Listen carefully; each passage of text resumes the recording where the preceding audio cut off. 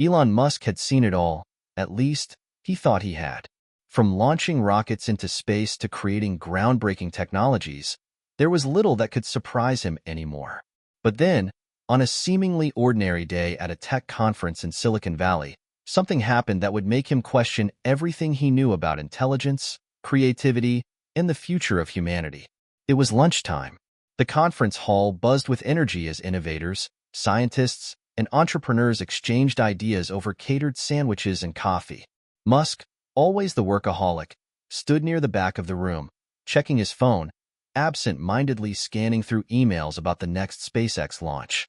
His mind was focused on his usual thoughts: Mars, artificial intelligence, and the way the world was evolving in ways people couldn't yet fully understand. But then, out of nowhere, a voice interrupted his thoughts. "Excuse me, sir, do you mind if I sit here?" Musk looked up to see a young girl, no older than 17, standing in front of him.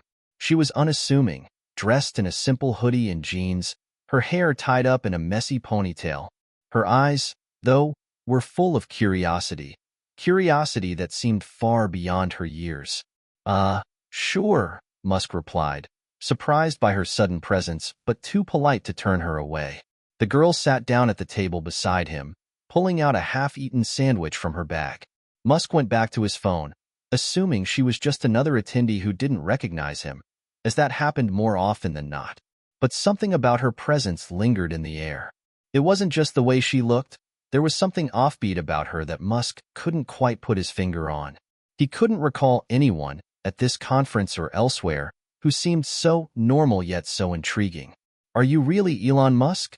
she asked, breaking the silence. He raised an eyebrow. "I am. And you are?" "Lily," she said, offering a half-smile. "I'm just here to listen and learn." Musk nodded, but didn't respond immediately. He was more used to people approaching him with admiration or curiosity, wanting to talk about Tesla, Mars, or artificial intelligence. But Lily didn't seem like the typical fan or tech geek. She wasn't fawning over him or trying to impress him with her knowledge of rockets or electric cars. She just seemed curious. "What's your take on all this?" she asked, waving her hand around to indicate the conference. "Do you think we're going to make it to Mars in our lifetimes?" Musk paused, taking a moment to consider the question. Most people asked him the same thing, but there was something in the way she asked it. Her voice was calm, almost meditative, as if she wasn't trying to impress him with how much she knew, but instead trying to understand his thoughts. "I think it's possible," he said slowly, as though testing her reaction. "SpaceX is working hard to make it happen. We're pushing the boundaries of space travel, and the more we learn, the closer we get." Lily nodded thoughtfully. "But do you ever wonder if it's just, I don't know, a distraction? Like, we're focusing on getting to another planet instead of fixing everything that's wrong with our own?" Musk blinked, caught off guard by her perspective. "A distraction? It's not about ignoring Earth. It's about ensuring humanity has a future if something were to happen here. If we don't make it to Mars, we could be doomed. That's the reality of it." "I get that," Lily said, her voice quiet but confident. "But what if the biggest problem isn't space, but how we think? What if we're spending all this time looking up at the stars when we should be looking inward, figuring out how we can fix what's broken in us first?" Musk stared at her for a moment. "That's an interesting take, but I think you're underestimating the importance of space exploration. The technology we develop for space often leads to innovations we can use on Earth." Lily shook her head.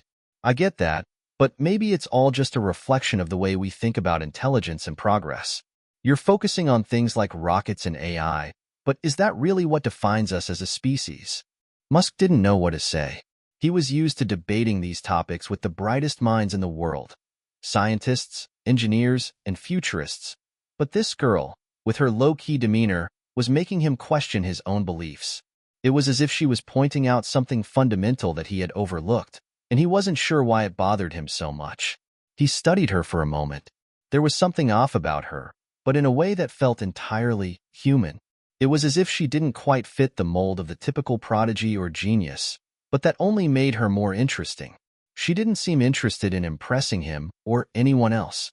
Her insights were blunt, unfiltered, and yet somehow profound. "Are you a student?" he asked, trying to change the subject. She smiled, but it wasn't a typical smile. It was more like a knowing look, like she was letting him in on a secret. Not really. I'm more of an observer, I guess. I like to read, think about things. I don't really fit in at school. Why is that? Musk asked. He was genuinely curious now. Well, they say I'm not smart enough, she said, her voice matter of fact. My IQ is lower than average, like way lower. But I don't think IQ really tells you everything about someone, do you? Musk raised an eyebrow. No, of course not. But most people would say IQ matters. It's the measure of intelligence, right? Lily shrugged. It's just a number, a test. It doesn't account for all the other ways people can think. What about creativity or emotional intelligence? What about the ability to see patterns no one else sees? Musk was quiet for a moment, his mind racing. He had spent his entire career pursuing the idea that intelligence could be quantified, that human progress was driven by people like him. Highly intelligent, strategic thinkers who could see the world in ways others couldn't. But here was this girl, with a much lower IQ than most people would consider genius, challenging everything he thought he knew about what it meant to be smart. Maybe, Musk said slowly, there's more to intelligence than we've been led to believe. Lily smiled again, as if she knew she had planted a seed in his mind. I think you might be right. But maybe that's the first thing we need to rethink, what intelligence really is. The conversation left Musk with more questions than answers.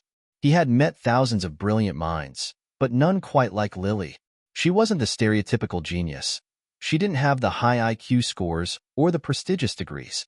But there was something about the way she saw the world that intrigued him. As the conversation wound down and Lily excused herself, Musk sat back in his chair, still processing everything she had said. It wasn't just the ideas she shared. It was the way she had said them. So simply, so matter-of-factly.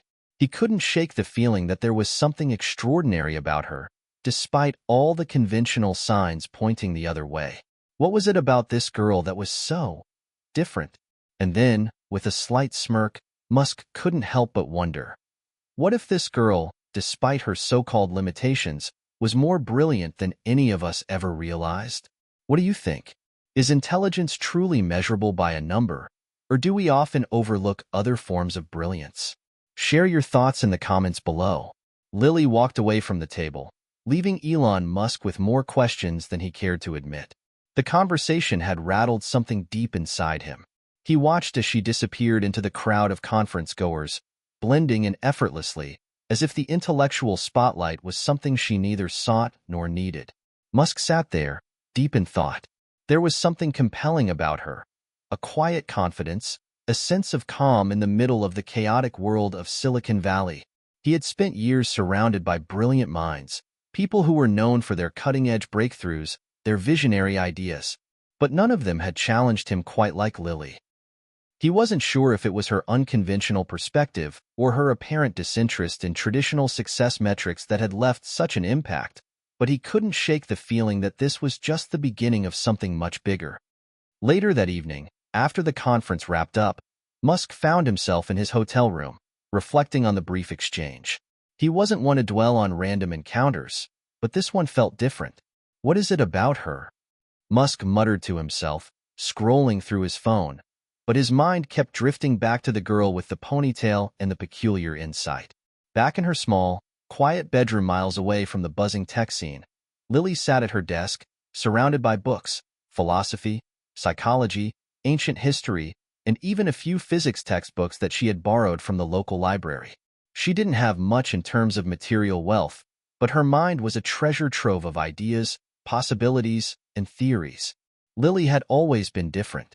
Growing up in a small town outside San Francisco, she had never quite fit in with her peers. School had been difficult for her, difficult in a way that most people didn't understand.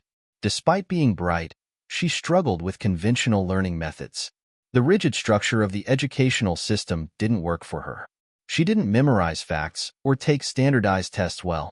Her teachers had written her off early on as someone who just didn't get it. Her IQ score, far lower than the average for her age, became the label that defined her in the eyes of everyone around her. But Lily didn't feel defined by a number. She never had.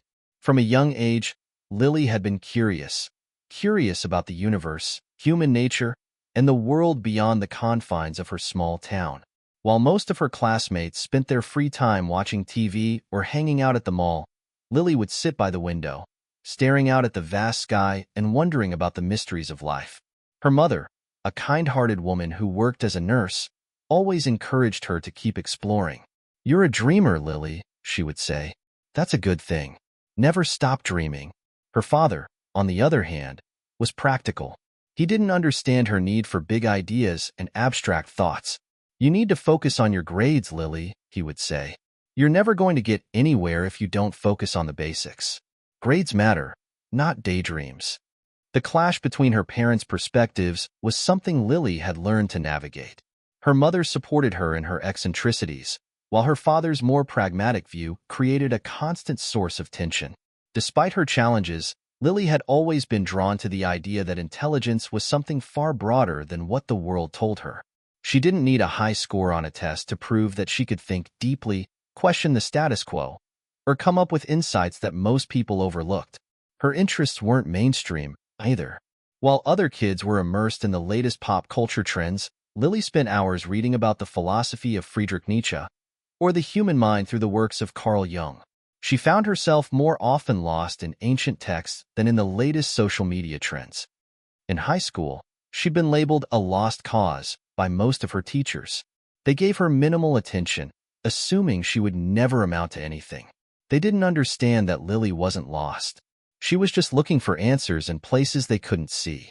The moment Lily knew she was different, truly different, was when she stumbled upon a book about Albert Einstein.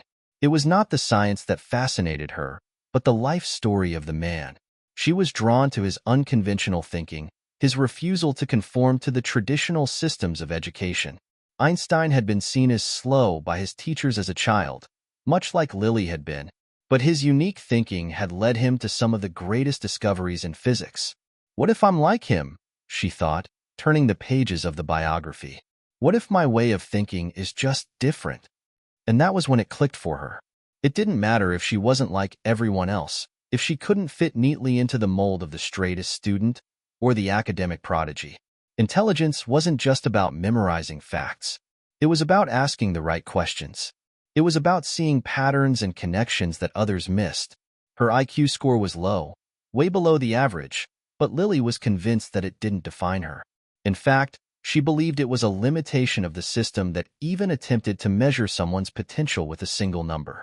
How could they truly capture the vastness of a person's mind, the way they could connect disparate dots, or how they saw the world? After her brief encounter with Elon Musk at the conference, she couldn't help but wonder if this was the moment her unconventional thinking would finally be acknowledged. She had heard of Musk before, of course. His name was synonymous with space exploration, electric cars, and revolutionizing entire industries. But it wasn't his inventions that interested her. It was his mind. Like her, he had challenged the traditional paths to success. He had taken risks, embraced the unknown, and built a future no one else could have imagined. Maybe, just maybe, they were more alike than she'd thought. The next few days after their brief encounter seemed to linger in Elon Musk's mind, though the conference was long over. Every time he sat down to work, whether it was reviewing progress on the SpaceX Mars mission or discussing Tesla's next move with his engineers, his thoughts would inevitably wander back to that girl, Lily. She had challenged everything he thought he knew about intelligence. She'd suggested that maybe intelligence wasn't just about high IQs, technical brilliance, or groundbreaking innovations. It was about how people think, how they perceive the world and make connections that others can't see. It was a perspective he had never fully considered. And that was unsettling, in the best way possible. Musk had always prided himself on being a strategic thinker, someone who could foresee the future with clarity and ambition. He had built everything around the assumption that high intelligence was the key to success. But Lily had planted a seed in his mind, one that made him question if that was the whole story. As he mulled over these thoughts, a strange idea began to form in the back of his mind. What if this girl, someone with a lower IQ, was able to see something that even he couldn't? What if there was more to the human experience than the world of numbers, tests, and algorithms? It was late one evening when Elon made up his mind. He would reach out to Lily, not for some intellectual debate or to validate his own ideas, but to learn from her, to understand how she saw the world, and if there was something he was missing. He sent her a message. "Hi, Lily. I've been thinking about our conversation at the conference. I'd like to continue it, if you're open to it. Would you be willing to meet again?" To his surprise, her response came quickly. "Sure. I'm free this weekend. Let's meet up." A meeting was set. Saturday arrived, and Elon drove to the designated cafe, a small but cozy spot that was a local favorite. It wasn't the kind of place you would expect a billionaire to frequent, but Musk was feeling something different today, a desire to learn, to step out of his comfort zone. When he arrived, Lily was already there, sitting in a corner booth, a steaming cup of tea in front of her. She looked just as ordinary as she had at the conference. No fancy clothes, no airs about her. Yet there was something distinctly different about the way she held herself, something beyond the physical. "Hi, Elon," she said, standing up as he approached. "Glad you could make it." "Thanks for agreeing to meet," Musk replied, sliding into the booth across from her. "I've been thinking a lot about what you said. You really got me questioning a few things." Lily smiled, a touch of mischief in her eyes. "I didn't mean to rattle you." "You didn't rattle me," Musk corrected, his voice steady, but there was an underlying seriousness. "But I've been wondering, how do you see the world, Lily? How do you think about intelligence? You're different from most people I know." She looked at him for a long moment, as though deciding how much to share, and then leaned forward. "You've spent your life building rockets, Elon, pushing boundaries. But let me ask you something. What if you've been focusing on the wrong thing?" Musk blinked, caught off guard. "What do you mean? What if the future doesn't depend on space exploration, or AI, or energy innovations? What if the real breakthrough is in the way we think about human potential?" She said softly, but her words held weight. "We can have all the rockets we want, but if we can't evolve as humans, as thinkers, then we're just building walls around ourselves." Musk sat back in his chair, his eyes narrowing slightly as he processed her words. This wasn't the same conversation he'd had with countless CEOs or scientists.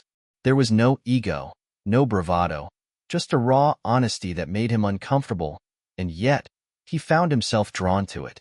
She wasn't trying to outsmart him. She was just being herself. And that was more intriguing than anything he'd heard in a long time. "What do you think is missing, then?" Musk asked, his voice a little softer now. "How do we fix it? What's the answer?" Lily didn't answer right away. Instead, she took a long sip of her tea and gazed out the window for a moment. "The answer isn't out there, Elon," she said, tapping her fingers on the table. "It's in here." She pointed to her head. "And in here." She placed her hand on her chest. For a second, Elon didn't understand. But then, it hit him. She wasn't talking about technology.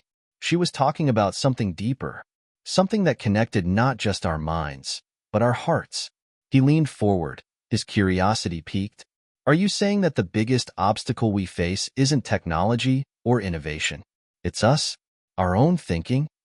"Exactly," Lily replied, her eyes lighting up with an intensity that made Musk feel the weight of her words.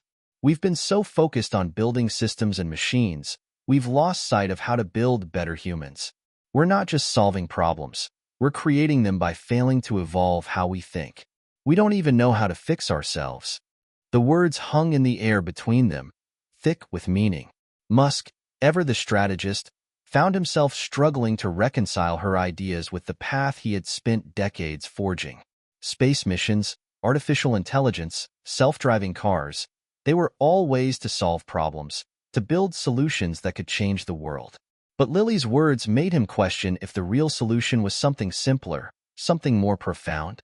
What if we needed to change the way we think before we could truly change the world? Lily could see the wheels turning in Musk's head. "I know this sounds crazy," she said with a slight chuckle, "but the way we approach life is fundamentally broken. We're so obsessed with measuring, categorizing, and controlling everything that we've forgotten to just be." Musk was silent for a long moment. He felt like he was standing at the edge of a precipice, looking out over a vast and uncharted landscape of possibilities. Could this be true? Was the human race really missing the point? He wanted to dismiss her as naive. After all, he had spent his career in the trenches of space exploration and AI, working toward a future that was founded on technological progress. But Lily's words had struck a chord. Deep down, he couldn't shake the feeling that there was truth in what she was saying, and that truth might just change everything. The conversation with Lily continued to echo in Elon Musk's mind for days after their meeting. For the first time in years, he found himself questioning everything he thought he knew about progress, technology, and human potential. At the core of his work was the belief that technological advancement was the key to humanity's future. Whether it was sending people to Mars, developing sustainable energy solutions, or advancing artificial intelligence, Musk had always seen himself as part of a grand vision. A vision where human progress was built on the foundation of more. More innovation, more disruption, more achievements. The faster humans could evolve through technology, the better. But Lily had planted a seed of doubt. Her perspective was a stark contrast to his own. She didn't think technology alone could fix humanity's problems. She believed that the real breakthrough wasn't in the machines or the rockets, it was in us. He couldn't shake the feeling that there was more to what she said than mere philosophy. After all, how could someone with such a low IQ be so right about the world? Maybe, just maybe, she was onto something Musk had missed all along. Over the following weeks, Elon began to notice something strange happening in his daily routine. His mind was no longer solely preoccupied with the next breakthrough or the next rocket launch. Instead, he found himself contemplating humanity's future in ways he had never considered before. He started reading books on philosophy, psychology, and even spirituality, subjects he had often dismissed as unproductive in his high-octane world of business and science. It was as if the questions Lily raised were impossible to ignore. Meanwhile, Lily was also on her own journey. She wasn't sure why she had felt the need to reach out to Elon in the first place. She had never been one to seek out the spotlight, and she definitely didn't want to be known as the girl who made Elon Musk question everything. But there was something about him that made her believe he was different from the other high-powered, tech-obsessed figures she had encountered. Lily had spent her entire life wrestling with the limitations imposed by her IQ score, the narrow expectations of society, and the people around her who insisted she wasn't smart enough. But in Elon, she saw a kindred spirit, someone who was also driven by the belief that humanity could do better. It was just that he believed the answer lay in technology, while she believed it was about recalibrating the way humans thought about themselves and their place in the world. She knew that her views would seem radical to most people, especially to someone as entrenched in the world of technology as Elon. But in the pit of her stomach, she felt something stirring, a deep belief that the world was on the brink of a new kind of awakening. Not the kind that could be achieved by building better rockets, but the kind that came from within, from how we see each other, how we relate to the world around us, and how we cultivate compassion, curiosity, and wisdom in our thinking. It was a few weeks later that Elon reached out again. He invited Lily to meet him at the SpaceX headquarters. This time, it was different. He wasn't just asking for another philosophical debate or a casual conversation about the future of humanity. He wanted her input on something more personal. "I've been thinking a lot about what you said," Elon said as they sat down in one of the sleek, modern meeting rooms at SpaceX. "I've always believed that the key to solving humanity's problems lies in technology, AI, space exploration, all of it. But lately, I've been wondering if that's the whole picture. If we don't fix the way we think, then what are we even working toward?" Lily looked at him, her expression calm yet intense. She had expected this moment, though perhaps not quite so soon. But she also knew it was time to dig deeper. "I think you've been looking in the wrong direction," she said softly. "The machines you're building, yes, they're important. But there's a bigger question here. What happens if we, as humans, don't evolve the way we think? What happens if we keep going in the same direction we've been going for centuries? All the technology in the world won't save us if we don't change ourselves first." Elon leaned back in his chair, his brow furrowed. "And how exactly do you think we should change?" Lily took a deep breath. "We need to focus on changing the way we feel about each other and the world.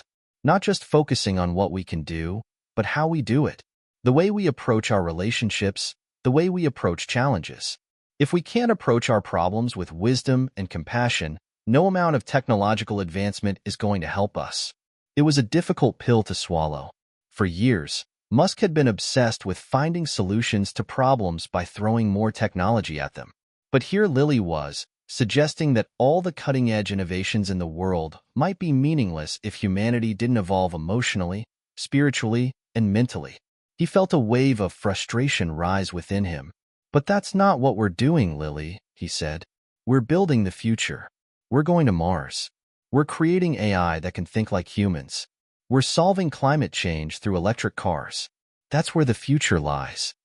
Lily's eyes softened. "I know, but sometimes, Elon, it's not about building new things. It's about understanding the things that already exist. If we don't change the way we relate to the world and to each other, all of our technology will only create new problems. More inequality, more alienation, more division." Musk stared at her for a long time, his mind racing. It was true. The world was full of division. Even in his own companies, he'd seen how technology, when misused or misunderstood, could amplify the very issues he was trying to solve. But he didn't have all the answers. And Lily, despite being labeled unintelligent by the world, seemed to have insights that cut to the heart of the matter. He realized that, for the first time in his life, he wasn't just listening to someone because of their credentials or their perceived brilliance. He was listening because Lily had something raw and authentic to say, something that came from deep within her that he couldn't ignore. The discussion with Lily left Elon deeply unsettled, but also invigorated. He couldn't quite pinpoint what had changed, but something inside him had shifted. Maybe she was right. Maybe technology alone wasn't the solution. Maybe it was time to focus on something more intangible, something that required introspection, patience, and a deeper understanding of human nature. The more he thought about it, the more he realized that his journey with SpaceX and Tesla wasn't just about changing the world. It was about understanding it. And the real change might not be in rockets or cars or even AI. It might be in how humans learn to live with one another, how we evolve together as a species, not just technologically but emotionally and philosophically. And that, Musk realized, was a much harder challenge than anything he'd tackled before. Elon Musk sat in his office at SpaceX, the evening light casting long shadows across the sleek, minimalist furniture. His thoughts were racing, like the rockets he had spent his life launching into space. The more he thought about the conversation with Lily, the more he felt the gravity of what she had said. Her ideas were radical, yes, but in a way that made sense. She wasn't just challenging the surface-level problems of society. She was digging into something far deeper, the human condition itself. He thought back to their last conversation. It had started as a simple intellectual exchange, but it had quickly grown into something more profound. Lily wasn't just asking him to reconsider his business strategies or his technological pursuits. She was urging him to rethink the very foundation of his worldview. "You're building the future with technology, Elon," she had said, her voice steady. "But technology alone won't fix what's broken. It's the way we think about each other, the way we connect, the way we understand ourselves. If we don't change that first, all the tech in the world won't help." Elon rubbed his eyes, feeling the weight of her words.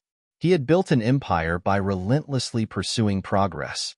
He had dedicated his life to the idea that innovation, efficiency, and intelligence were the answers to humanity's greatest challenges.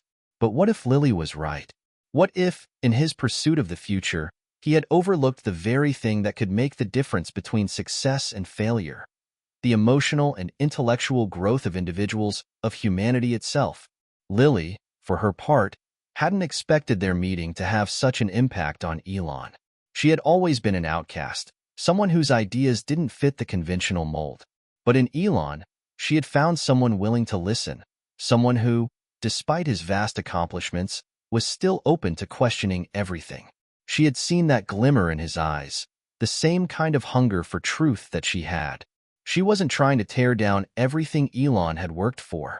She wasn't against progress, against space exploration, or even against artificial intelligence. But what troubled her was the direction humanity was heading. Technology was advancing at breakneck speed, but were humans evolving alongside it? Were they growing emotionally, socially, and spiritually in the ways they needed to? Or were they just building walls around themselves, trying to escape the fundamental issues that lay at the heart of human nature? The idea that Elon was struggling with this question, this fundamental truth, made Lily both nervous and hopeful. She had always believed that the mind was a vast and untapped resource, but it wasn't until she met Elon that she realized just how much potential lay in his mind. He had built so much, yet she sensed that there was a deeper potential within him that had yet to be explored. It wasn't long before Elon decided to take action. His thoughts had been on fire for days, and he knew he couldn't ignore the truth Lily had sparked in him. But how could he put her ideas into practice? How could he begin to integrate this new perspective into the future of SpaceX, Tesla, and beyond? He began by sitting down with his closest advisors. They were used to brainstorming ideas on how to conquer the next frontier, whether it was landing humans on Mars, creating a new battery breakthrough, or improving AI. But this time, the discussion was different. Elon leaned forward, his fingers steepled together as he looked around the room. "I've been thinking," he began, his voice low but intense, "about the role of technology in our future. We've spent so much time building machines, improving efficiency, and solving logistical problems. But what if the biggest challenge we face isn't just about technology? What if it's about how we think?" The room fell silent. His team, a group of some of the brightest minds in the world, looked at him with varying degrees of confusion, curiosity, and skepticism. But Elon wasn't deterred. He pressed on. "What if the real breakthrough we need is not in the next rocket or AI, but in how we change our thinking, how we evolve as people, how we relate to one another, how we learn to live with empathy and understanding? What if that's what we need in order to build a better future?" The silence that followed was deafening. His team was accustomed to hearing grand ideas from Elon, but this was something else. This was different. It was philosophical, emotional, even human. One of his engineers, a man named Greg, shifted uncomfortably in his chair. "I mean, that sounds great, Elon, but how do you quantify that? We're all about measurable progress.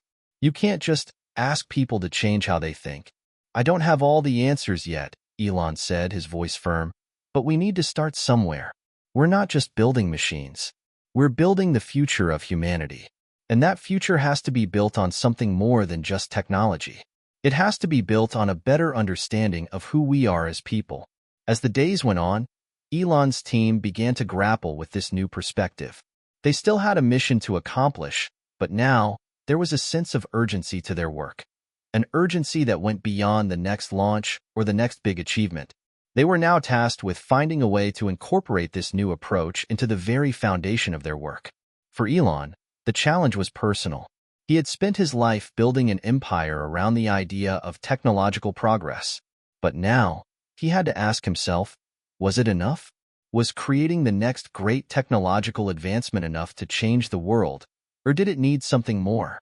In the quiet moments when he wasn't in meetings or working on new projects, Elon found himself asking deeper questions.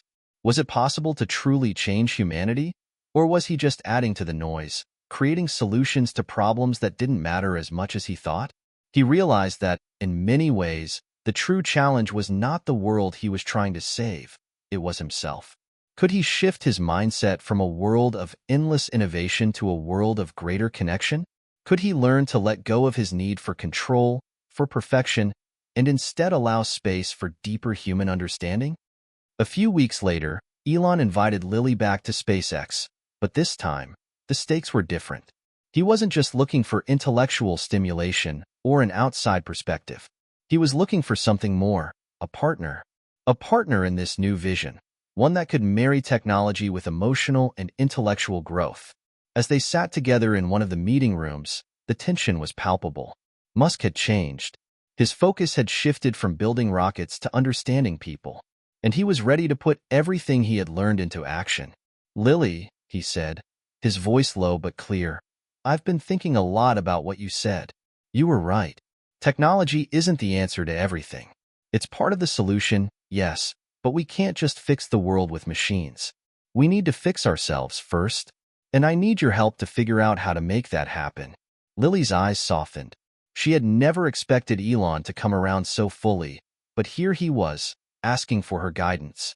She had always known that this moment would come, but now that it had, it felt like everything was shifting in ways she had never imagined. "I'm in, Elon," she said, her voice steady. "Let's figure this out together. Because if we can change the way people think, everything else will follow." And with that, the real work began. Do you think we can truly change the world by changing how we think? Can technology and human evolution go hand in hand? Or do we need a completely new approach? Share your thoughts in the comments below. The shift was palpable. In the weeks following that pivotal conversation, something had changed not just within Elon Musk, but also within the culture of SpaceX and Tesla. The teams that had once been focused solely on technological innovation now found themselves grappling with questions that transcended wires, rockets, and AI. Elon spent more time with Lily, delving into the deep philosophical underpinnings of what it meant to create a truly sustainable future, not just in terms of energy or technology, but in the very fabric of human relationships. His once singular focus on getting to Mars and revolutionizing space travel had expanded into a much larger vision. Could humanity, as a species, evolve emotionally and socially to meet the challenges of a future defined by technology? But this wasn't easy. The more Elon leaned into the idea that technological progress alone couldn't save humanity, the more he realized how little he knew about human nature. He wasn't just an engineer and entrepreneur anymore. He was becoming a student of life, trying to figure out how to balance his genius for innovation with a deeper understanding of the human condition. He'd long been skeptical of anything resembling soft skills or emotional intelligence. To him, success had always been about measurable progress, about how many rockets he could launch, how many electric cars Tesla could sell, how many artificial intelligence systems he could build to predict and optimize human behavior.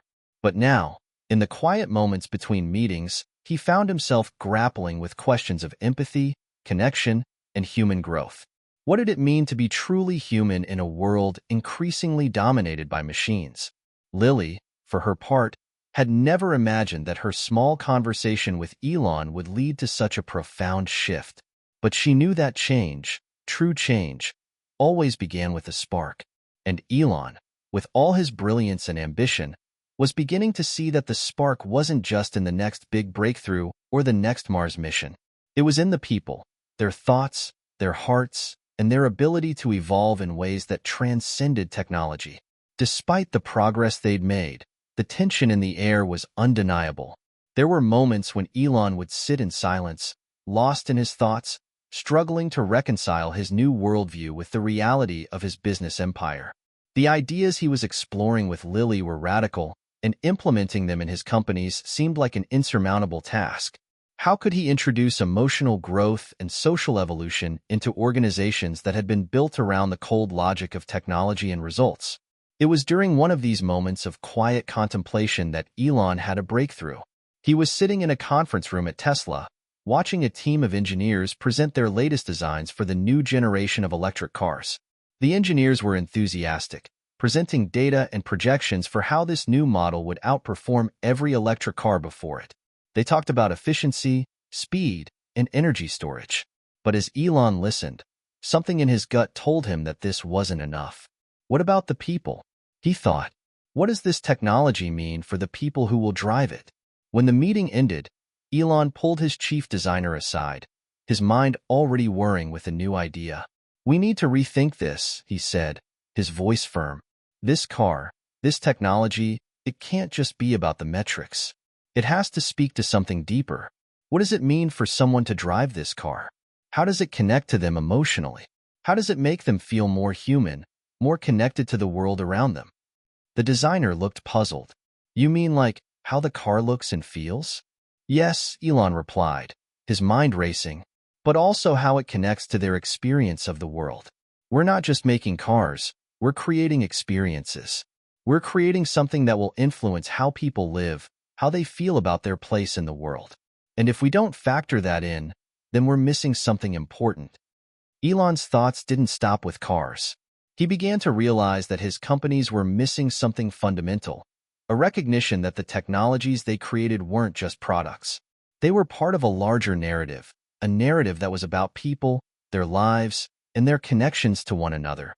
He reached out to Lily, asking her to join him for a discussion about the future of Tesla, SpaceX, and the technologies he was developing. They met at a small cafe in Los Angeles, away from the prying eyes of his corporate world. The conversation quickly grew intense. "You're right, Elon," Lily said, her voice calm but determined. "The future isn't just about launching rockets or making electric cars. It's about humanizing the technologies we create. How do these innovations serve the people who will use them? How do they improve lives, not just in terms of efficiency, but in terms of connection, understanding, and shared purpose?" Elon looked at her, deep in thought. He had always believed that technology would eventually solve the world's problems. But now, he saw something different. It's not enough to just innovate. We need to innovate with purpose, with empathy. In the weeks that followed, Elon and Lily worked together to craft a new vision, not just for SpaceX or Tesla, but for the future of human progress itself. They started incorporating social and emotional intelligence into their projects. They began testing ways to design technology that would foster greater human connection rather than exacerbate feelings of isolation or division. They set up meetings with social scientists, philosophers, and psychologists to create new frameworks for how technology could enhance the human experience. They began studying ways to incorporate mindfulness, emotional resilience, and empathy into the development of artificial intelligence. They started asking questions about how AI could be used not just to optimize systems, but to connect people on a deeper level, to encourage mutual understanding, and to promote the collective well-being. For the first time in his life, Elon Musk was truly embracing the idea that progress didn't just mean more innovation. It meant more understanding the world around him and the people he was trying to serve. It was around this time that a pivotal moment arrived, a grand presentation for investors, media, and industry leaders.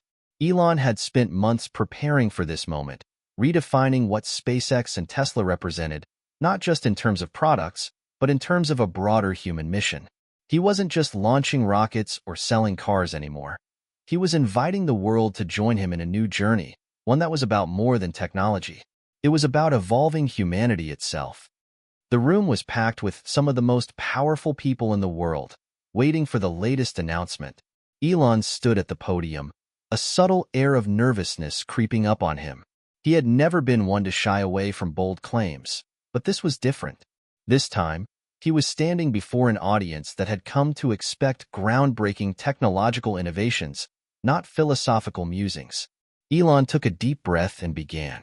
"We've reached a critical point in history," he said, his voice steady, but with a weight that was almost palpable. "The future isn't just about what we can build. It's about how we build it and for whom. We've spent years advancing technology, and while that's important, it's not enough. The real question is, how do we use this technology to bring us closer together? How do we ensure that our innovations help us grow, not just technologically, but as human beings?" The room went silent. For years, we've focused on building the future. But now, it's time to start living the future. And that means creating technologies that don't just solve problems, but that connect us on a deeper level. Our mission is no longer just about Mars or electric cars. It's about creating a future where humans don't just survive. We thrive. Together. The words hung in the air.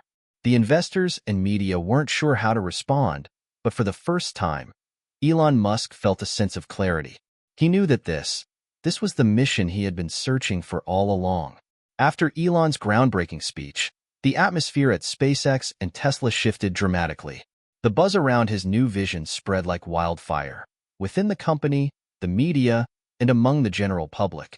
For years, Elon Musk had been seen as a visionary who was reshaping industries with rockets, electric cars, and artificial intelligence. But now, he was positioning himself as a revolutionary, a thought leader who was ready to challenge not just technology but the very fabric of human connection. But change, as Elon knew well, was never easy. While the ideas were inspiring, the practicalities of turning them into reality were daunting. He couldn't just throw a few new ideas into the mix and expect everything to magically fall into place. The road to implementing this new vision would be fraught with challenges. There would be skepticism, resistance, and a whole host of practical hurdles to overcome. Elon knew he needed more than just his usual team of engineers and technologists. He needed people who understood human psychology, philosophy, and social dynamics, experts who could guide this new mission from a holistic perspective. He called Lily into his office one morning, her presence becoming increasingly central to this new vision. "We've gotten a lot of attention, Lily," Elon said, as he sat at the head of the conference table. "But turning this vision into something real, something sustainable, requires more than just speeches. We need to start making tangible changes." Lily nodded, her mind racing with ideas.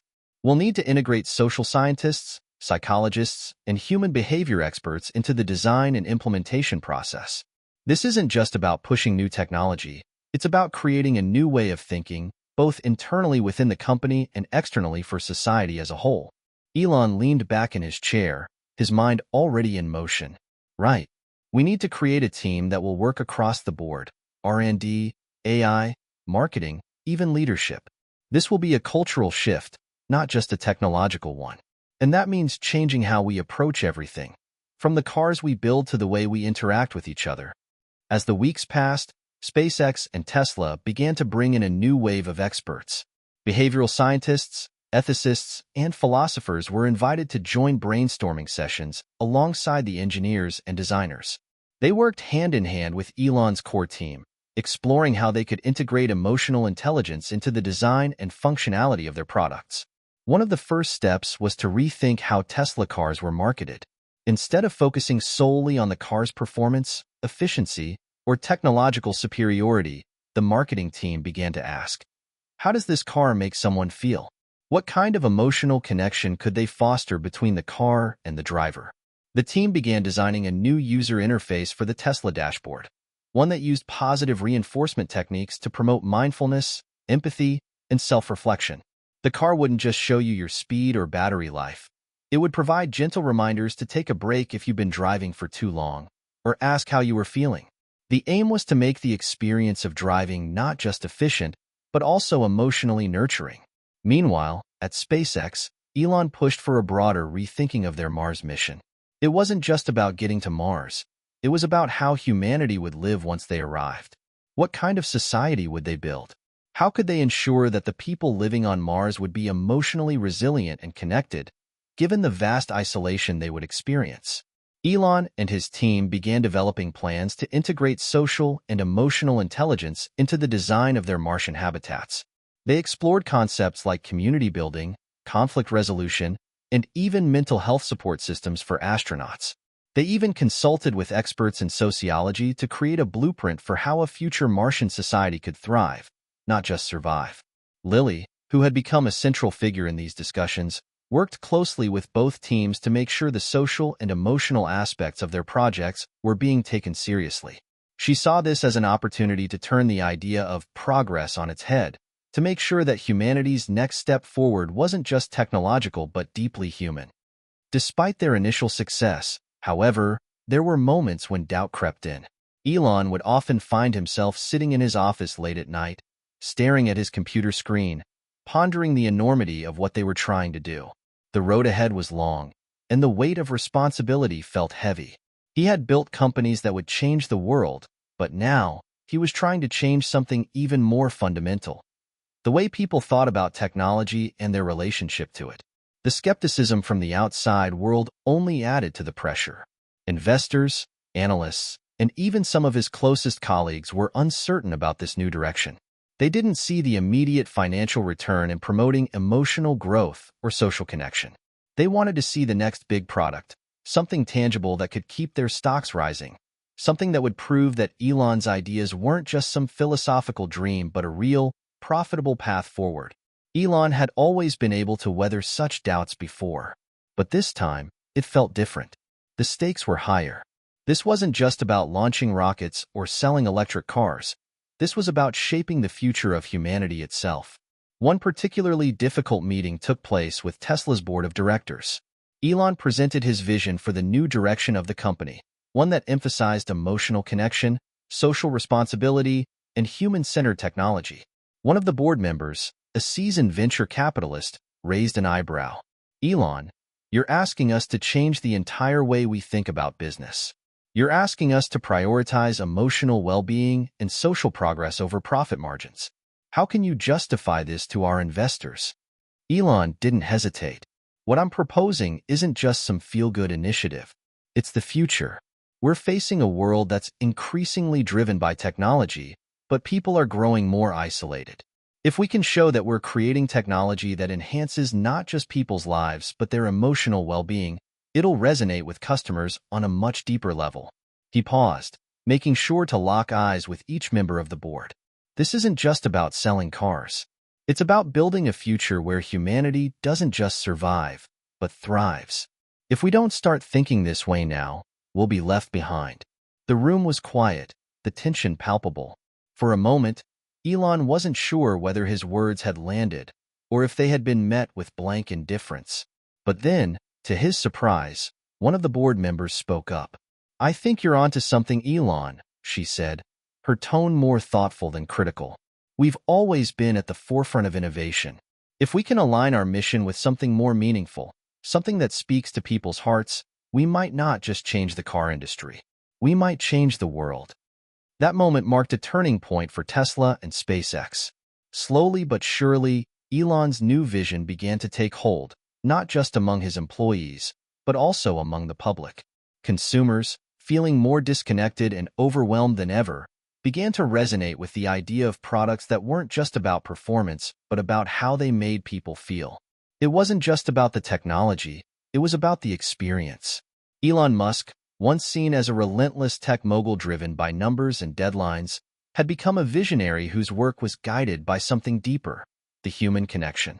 Do you think emotional intelligence should be a priority in the development of new technologies? How could companies incorporate emotional well-being into their products? Share your thoughts in the comments.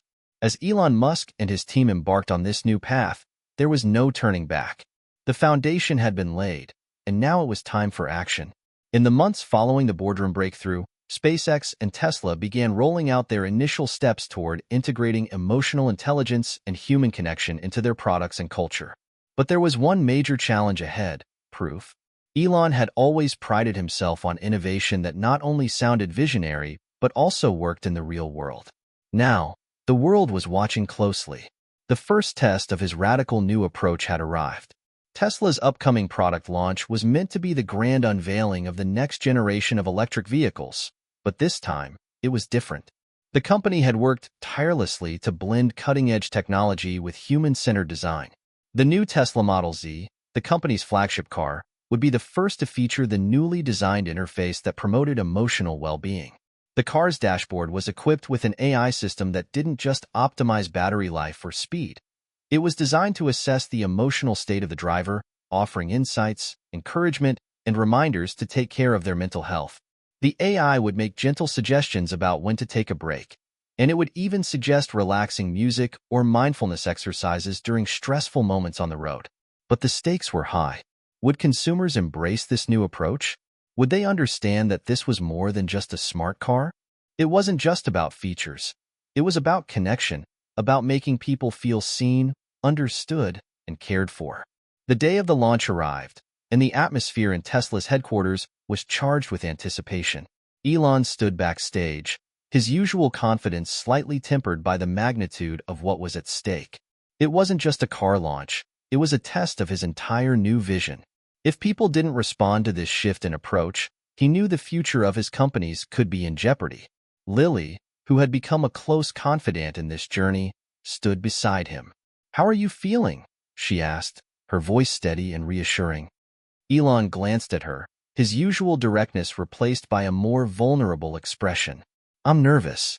This is something that could change everything, or fall flat. I've always trusted in technology, in progress. But now, I'm putting my faith in something bigger." Lily smiled. "It's more than just technology, Elon. This is about humanity. You've always known that deep down.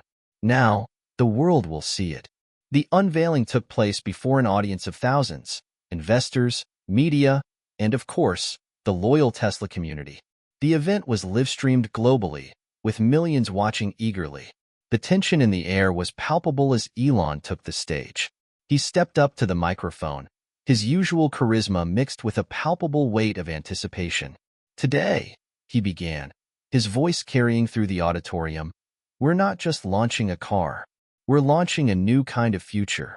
A future where technology doesn't just serve us, it understands us.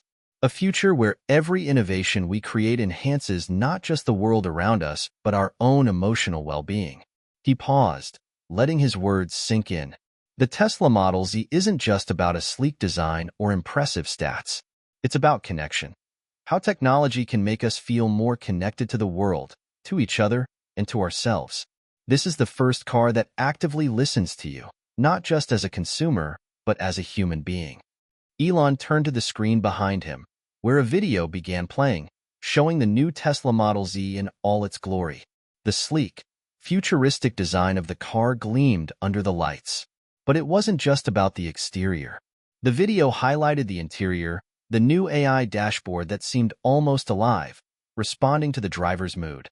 The interface was minimalistic yet warm, featuring soft colors and smooth transitions that gave it a calming feel.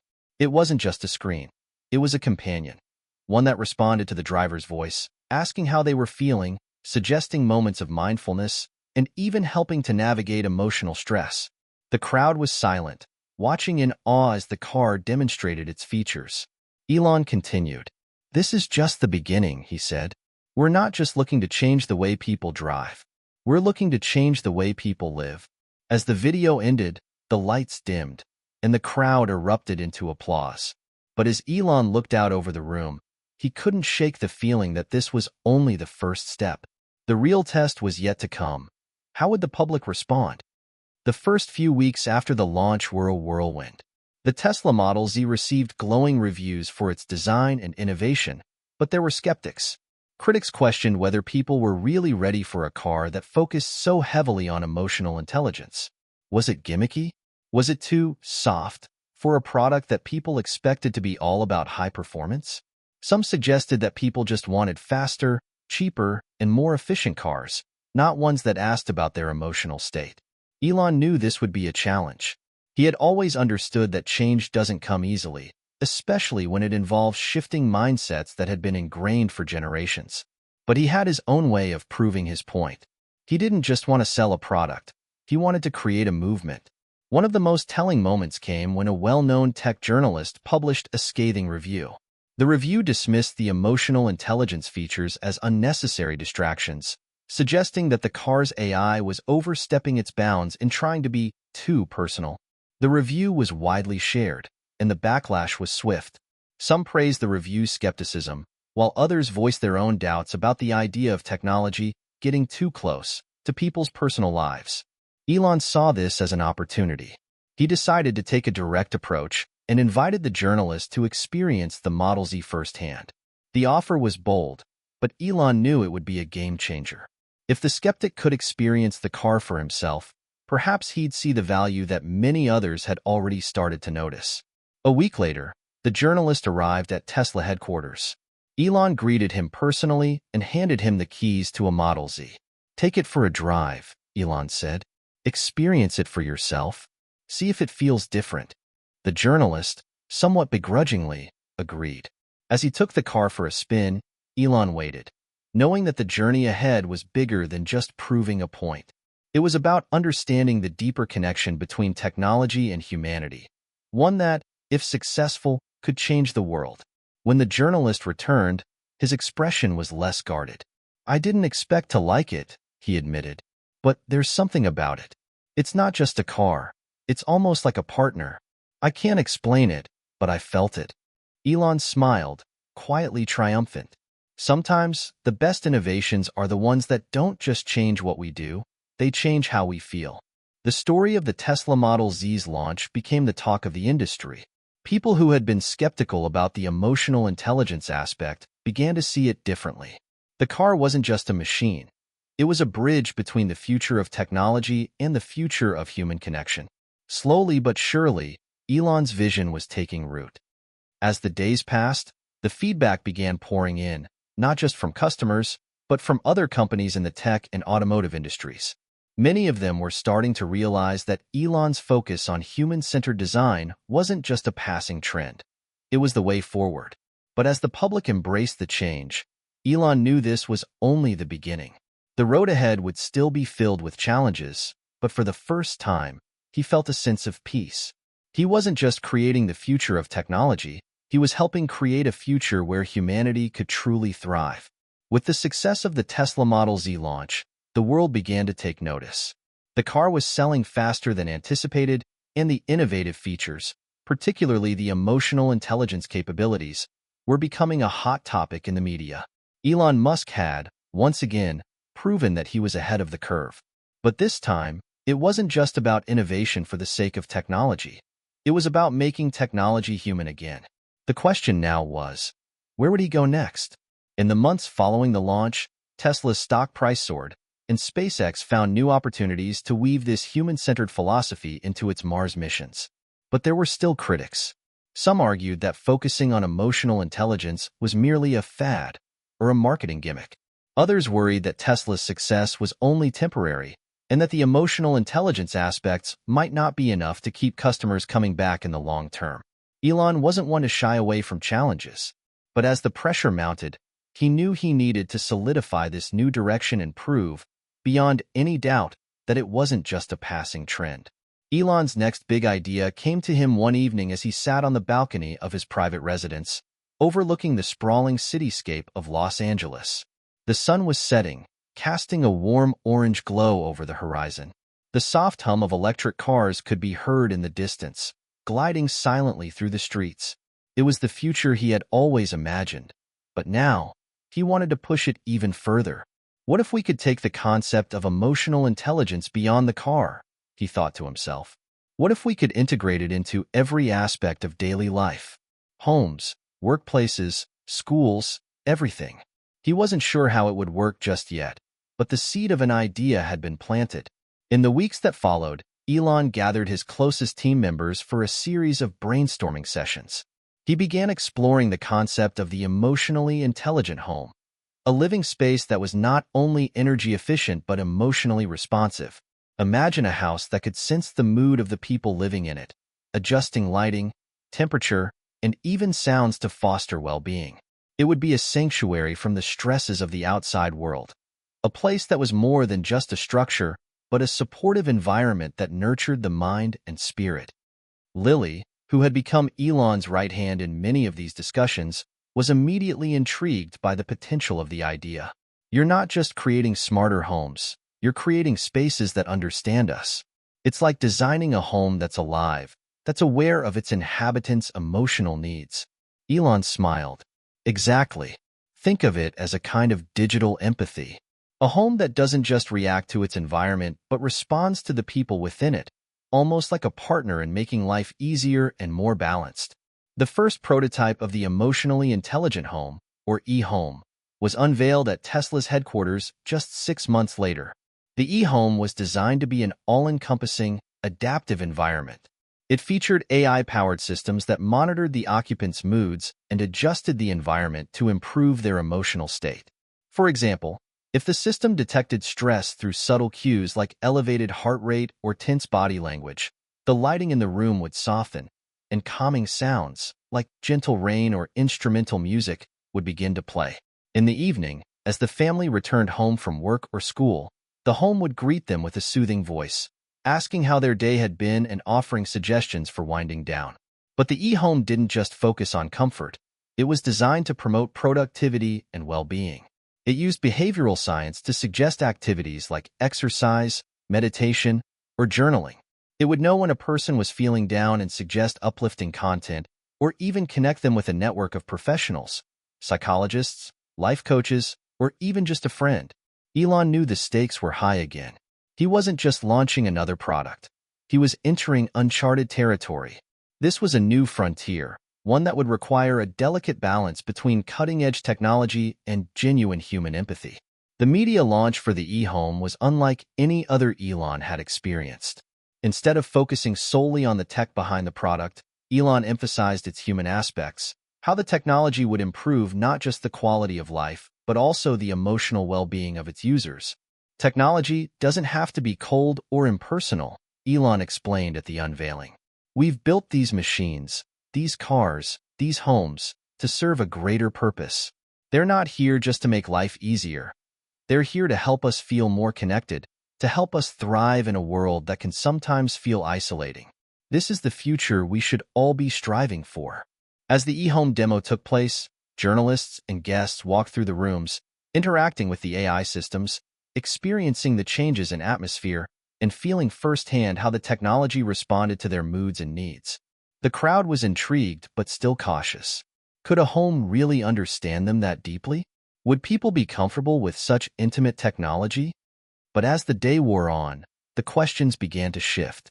Instead of asking if the technology would work, the conversation turned to how it could be expanded. What else could be integrated into the home to make it even more supportive? Could the AI help children with their homework? Could it assist people with disabilities? Could it become a central hub for health management? The response was overwhelmingly positive, but once again, there were doubters.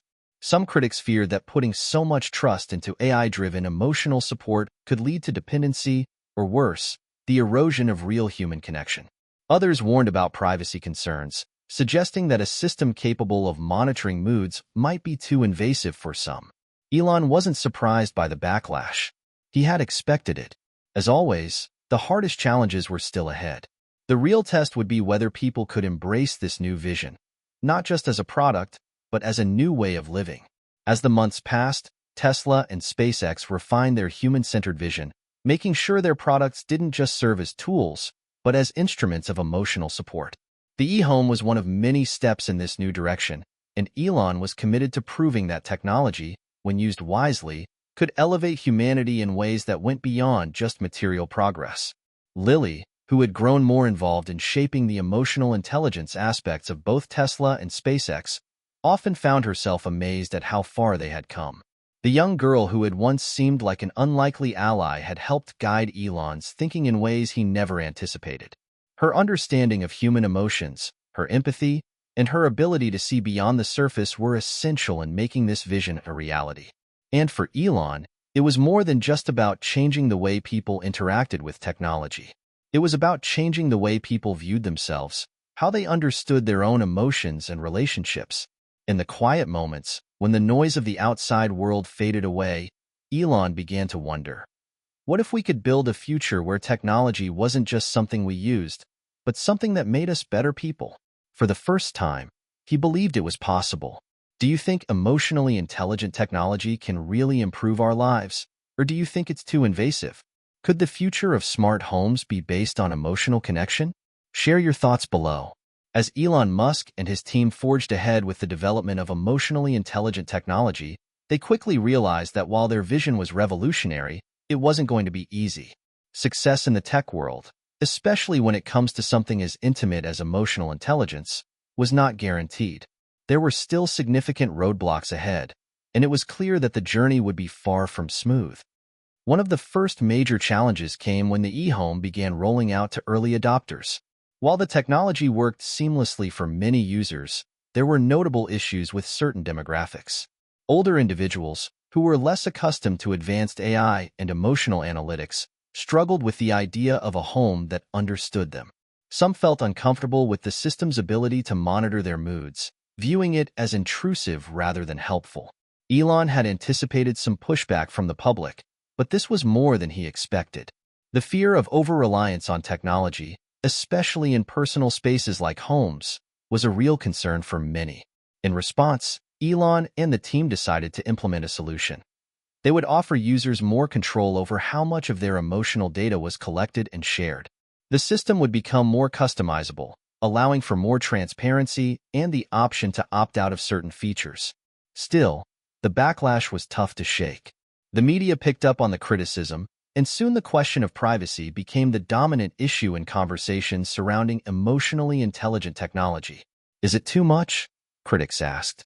Are we sacrificing our humanity for the sake of convenience? Meanwhile, Elon faced a growing sense of frustration.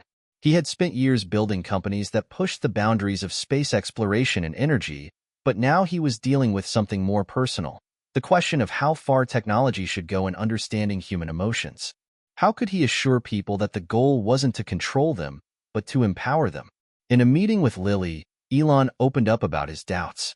I know this is the future, Lily. I know this will change the world for the better. But what if we're not ready for it? What if we've overstepped? I've seen the backlash. People are scared. Lily listened quietly, her usual calm demeanor in contrast to the intensity of the situation. Fear comes with change, Elon, she said. But it's important to remember why you're doing this. You're not just trying to sell a product. You're trying to help people. It's not about forcing them to change. It's about giving them the tools to change for the better. Elon leaned back, thinking. Lily was right, of course. But the road ahead was still uncertain. The challenge wasn't just to create new technology. It was to change hearts and minds. At the same time, there was another issue brewing on the horizon.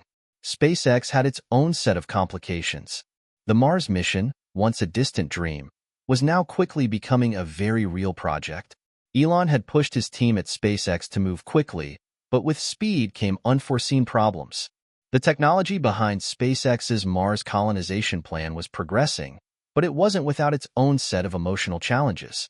The pressure on the SpaceX team was immense. Crew members and engineers were faced with the reality of leaving Earth behind forever, and that level of emotional strain was difficult to manage, even with the most advanced support systems. Elon's leadership had always been driven by his bold vision for the future, but as the pressures mounted on SpaceX, he began to question whether he was doing enough for the people who were working so tirelessly to make Mars a reality. Lily had noticed it too. She could see the toll that all the demands, both from Tesla and SpaceX, were taking on Elon. In the midst of all the groundbreaking advancements, there was a distinct undercurrent of emotional fatigue among those closest to him. One evening, as they sat together discussing the ongoing Mars project, Lily asked the question that had been weighing on her for some time. Elon, you're always thinking about the big picture, about the future. But what about your future? What about you? Elon paused, taken aback by the question. It was rare for anyone to question his drive or ambition. What do you mean? You're pushing your team, pushing your companies, pushing yourself so hard. I've seen it. The constant pressure. It's not sustainable. At some point, you'll burn out. You can't save the world if you're not taking care of yourself. Elon looked at her, his mind racing. She was right. In his relentless pursuit of innovation, he had neglected something critical. His own well-being, and by extension, the well-being of those who were helping him make his vision a reality. It wasn't just about changing the world. It was about ensuring that the people who were with him on this journey, his family, his colleagues, his friends, were taken care of too. To confront these challenges head-on, Elon made a bold decision. He would take a step back from the day-to-day operations of both Tesla and SpaceX for a while. He needed time to focus on what really mattered: his health, his relationships, and his role as a leader. For the first time in years, Elon took a sabbatical from his companies, a move that stunned many in the tech world. He knew this would be seen as a risk, especially at a time when both companies were on the verge of enormous breakthroughs. But sometimes, he realized, the greatest risk is not taking time to nurture the very foundation of what you're trying to build. During his time away, Elon focused on recharging, not just physically, but emotionally and mentally. He spent time with his family and close friends, and he took long walks to clear his mind. He began practicing mindfulness, learning techniques to reduce stress and cultivate emotional intelligence. For the first time in a long while, he allowed himself to be vulnerable, opening up about his fears, his doubts, and the weight of the responsibility he carried. Elon's sabbatical was transformative. It reminded him why he started all this in the first place. Not just to create innovative technology, but to build a future where people could live more connected, balanced, and fulfilled lives. The emotional intelligence features he had worked so hard to implement in his products were not just about enhancing human lives. They were about nurturing the people behind the technology as well. By the time Elon returned to work, he was a changed man. He had regained his perspective, and he was ready to tackle the challenges ahead with a renewed sense of purpose. He knew that the roadblocks were far from over, but he had learned one of the most important lessons of all. Technology is only as powerful as the people who create and use it. Without empathy, understanding, and self-care, even the most groundbreaking advancements could fall short. Elon's time away had not just been a break. It had been a necessary recalibration. He had discovered that the true potential of emotionally intelligent technology wasn't just about what it could do for people. It was about how it could help people be better, not just in the world but for themselves. And with that, Elon Musk was more determined than ever to continue on his mission to build a future that was not only technologically advanced, but emotionally intelligent and human-centered. When Elon Musk made the decision to step back and refocus on his well-being, few could have predicted the profound effect it would have, not just on him, but on his entire team and the industries he influenced. Elon's sabbatical became a pivotal moment in the journey toward creating emotionally intelligent technology. It wasn't just about creating groundbreaking products anymore. It was about fostering a new kind of culture, one that prioritized human connection and well-being over relentless innovation at any cost. Elon's decision to take time off didn't go unnoticed. The media, ever eager to capture a narrative, tried to spin his sabbatical as a moment of weakness or a sign that he was losing his edge. Headlines screamed, "Elon Musk steps back amid growing pressure," and "Is Musk's break a sign of declining leadership?" But inside the walls of Tesla and SpaceX, the reaction was far different. His employees, many of whom had felt the strain of their relentless work schedules and the high expectations placed on them, saw the decision as a moment of clarity and courage. It was a reminder that even the most visionary leaders needed time to reset. "Maybe we've been doing this all wrong," said Sarah, one of Tesla's lead engineers, in a company-wide meeting shortly after Elon's announcement. "Maybe we need to think about how we're living, not just how we're working. We all want to change the world, but we need to take care of ourselves too." It wasn't just the engineers and designers who felt this way. Lily, who had become a trusted confidant to Elon during his time away, was quietly revolutionizing the culture of Tesla and SpaceX from within. Drawing from her own personal experiences and her deep understanding of emotional intelligence, Lily began to implement a series of initiatives that emphasized emotional health in the workplace. She introduced mandatory mindfulness sessions, mental health check-ins, and encouraged open discussions about stress, burnout, and the importance of work-life balance. "Emotional intelligence is not just for machines, it's for us too," she said during one of her early presentations. "If we want to build something that truly improves lives, we need to first make sure that we're taking care of the people who are building it." Elon's absence had allowed space for this shift in culture, and in many ways, it felt like the beginning of something new. A blending of innovation and humanity that extended beyond the products Tesla and SpaceX were known for. As Elon returned to work, refreshed and reinvigorated, he was pleasantly surprised by what he found. The changes in the company's culture were not just cosmetic, they were fundamental. Employees were more engaged, more creative, and more open to exploring new ideas. There was a palpable sense of optimism in the air, and people felt empowered to bring their whole selves to work. Elon's first major meeting after his return was with the senior leadership team at Tesla. When he walked into the room, he could sense that something was different. The usual tension in the air had been replaced by a sense of calm. People were smiling. There was an openness to ideas that hadn't been there before. "I can feel the change," Elon said, standing at the head of the table. "It's not just the products we're making. It's the culture we're building. And that's what I want to focus on moving forward, creating a company and a world that's sustainable not just for the planet but for us as human beings." Lily, who had been instrumental in shaping the company's new focus, smiled as Elon spoke. She knew that this wasn't just about him. It was about all of them. Together, they were creating something that could change not only the way people interacted with technology, but also the way people interacted with themselves and each other. The ripple effect of this cultural shift extended far beyond Tesla and SpaceX. As the world took notice of the human-centered focus that Elon and his companies were advocating, other businesses began to follow suit. The tech world, often criticized for its obsession with speed and scale at the expense of employee well-being, began to take a closer look at its own practices. News outlets that had once criticized Elon's workaholic tendencies now reported on the positive changes in his companies. Elon Musk, leading the charge for a more humane tech industry, became a common headline. Industry leaders began reaching out to Elon for advice on how they could implement similar cultural shifts within their own companies. "It's time to stop thinking of work as something we just do," Elon said during a keynote speech at the Global Innovation Summit. "Work is something we live. It's part of who we are. And if we want to create a future where technology empowers people, we have to start by empowering ourselves." But as Tesla and SpaceX continued to evolve, so too did the challenges. While the cultural shift was undeniably positive, the practicalities of implementing emotionally intelligent technology into everyday life were still far from simple. The rollout of the emotionally intelligent home, e-home, had shown promise, but the adoption rate had been slower than anticipated. While some early adopters were thrilled with the experience, others, particularly older generations, found the technology too intrusive or confusing. Some feared that a home designed to read emotions could lead to a loss of personal autonomy. Elon knew that in order to push forward, they would need to make significant strides in ensuring that emotionally intelligent technology could coexist with human agency, not override it. "We have to make it feel natural," Elon said to the e-home development team during a brainstorming session.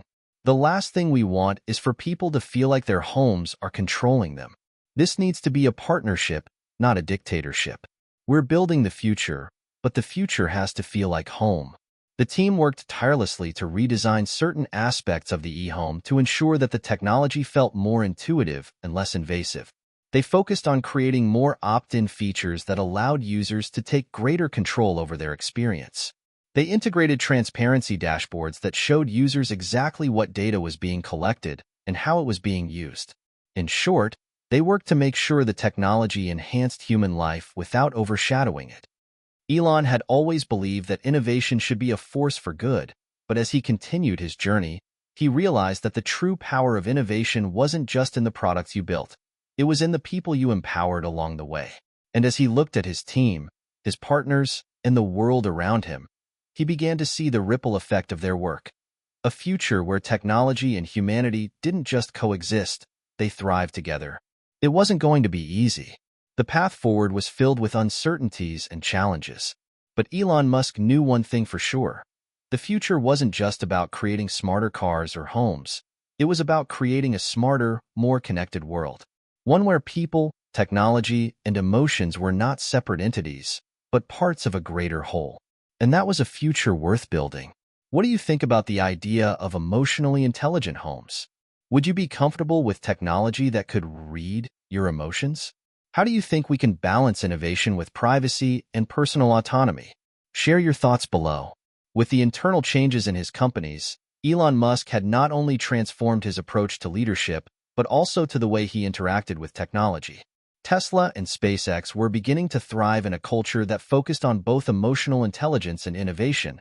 But now came the next challenge: convincing the public that these changes were more than just corporate buzzwords.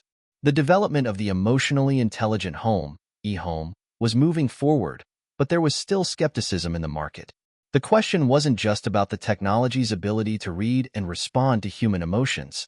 It was about whether people were ready to trust it. Could an AI-powered home really understand and protect their feelings, or would it end up invading their privacy? Would people be able to fully embrace this new vision for the future, or would it always be seen as something too intrusive, too experimental?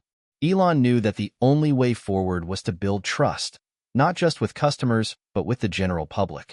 For a long time, the tech industry had operated under a build it and they will come mentality. But in this new era, it was clear that trust had to be earned. And that meant taking risks, being transparent, and showing people not just how the technology worked, but why it mattered. A pivotal moment came when Elon decided to do something bold. He invited a group of journalists, industry critics, and ordinary families to test the e-home in their own lives. For a week, these volunteers would live in homes equipped with the new system, using it as part of their daily routines. The hope was simple. By experiencing the technology firsthand, people would understand its value and see that it wasn't just a tool for convenience, it was a tool for human connection. Lily played a key role in organizing the project. "We have nothing to hide," she said, confidently leading the effort. "This is the future we believe in. We're showing people that it's possible to have technology that supports our emotional well-being, not just our productivity." The week-long experiment was set to take place in various cities across the United States, with different groups of families, individuals, and even a few skeptical tech critics. They were all equipped with e-homes designed to adapt to their emotional needs. Each home would measure and adjust the lighting, temperature, music, and even provide subtle reminders to take breaks, all based on the occupants' emotional states. The results were immediate, and mixed. For some families, the e-home provided a sense of ease. The system seemed to understand when they were stressed and offered calming music or adjusted the temperature to make the environment more relaxing. For others, it was a revelation.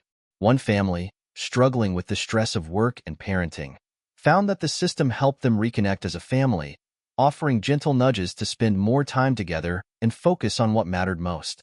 "This thing really gets me," said Jessica, a mother of two, during her interview after the trial week. "I didn't realize how stressed I was until the house started adjusting things for me. It was like someone cared, someone was looking out for me." However, not everyone felt the same way. Some users, particularly older individuals or those more skeptical of AI, struggled with the idea of their emotions being monitored. A few even felt uncomfortable with the system's ability to track their moods so closely, questioning whether it was a breach of privacy. "It's too much," said Harold, a retired engineer from Florida who participated in the trial. "I don't need my house telling me when I'm stressed. I've been managing my emotions for 70 years. This feels like an invasion." The media coverage of the experiment was similarly divided. Some outlets praised Elon for his bold vision, calling the e-home a game-changer that could transform how people interacted with their environments. Others, however, questioned whether the technology went too far.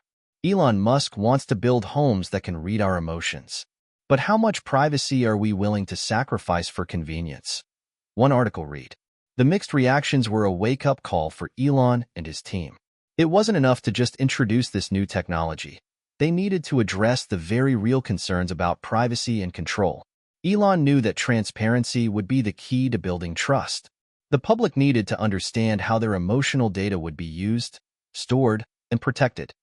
In a rare public appearance, Elon Musk took to the stage at a tech conference to address these concerns head-on. His message was clear. The goal of emotionally intelligent technology was never to control people. It was to enhance their lives by supporting their emotional well-being. "The future we're building is not about surveillance or intrusion," Elon said, his voice steady but impassioned. "It's about empowerment. We are designing technology that will help people take control of their emotional health, but it's their choice. This system doesn't just react to emotions. It helps people understand and manage them better. It's a tool, not a replacement for human connection." He went on to explain that Tesla and SpaceX were fully committed to ensuring that all emotional data would be kept private and secure, with users able to control what information was shared and for what purpose. The technology would never be used to manipulate or sell personal data.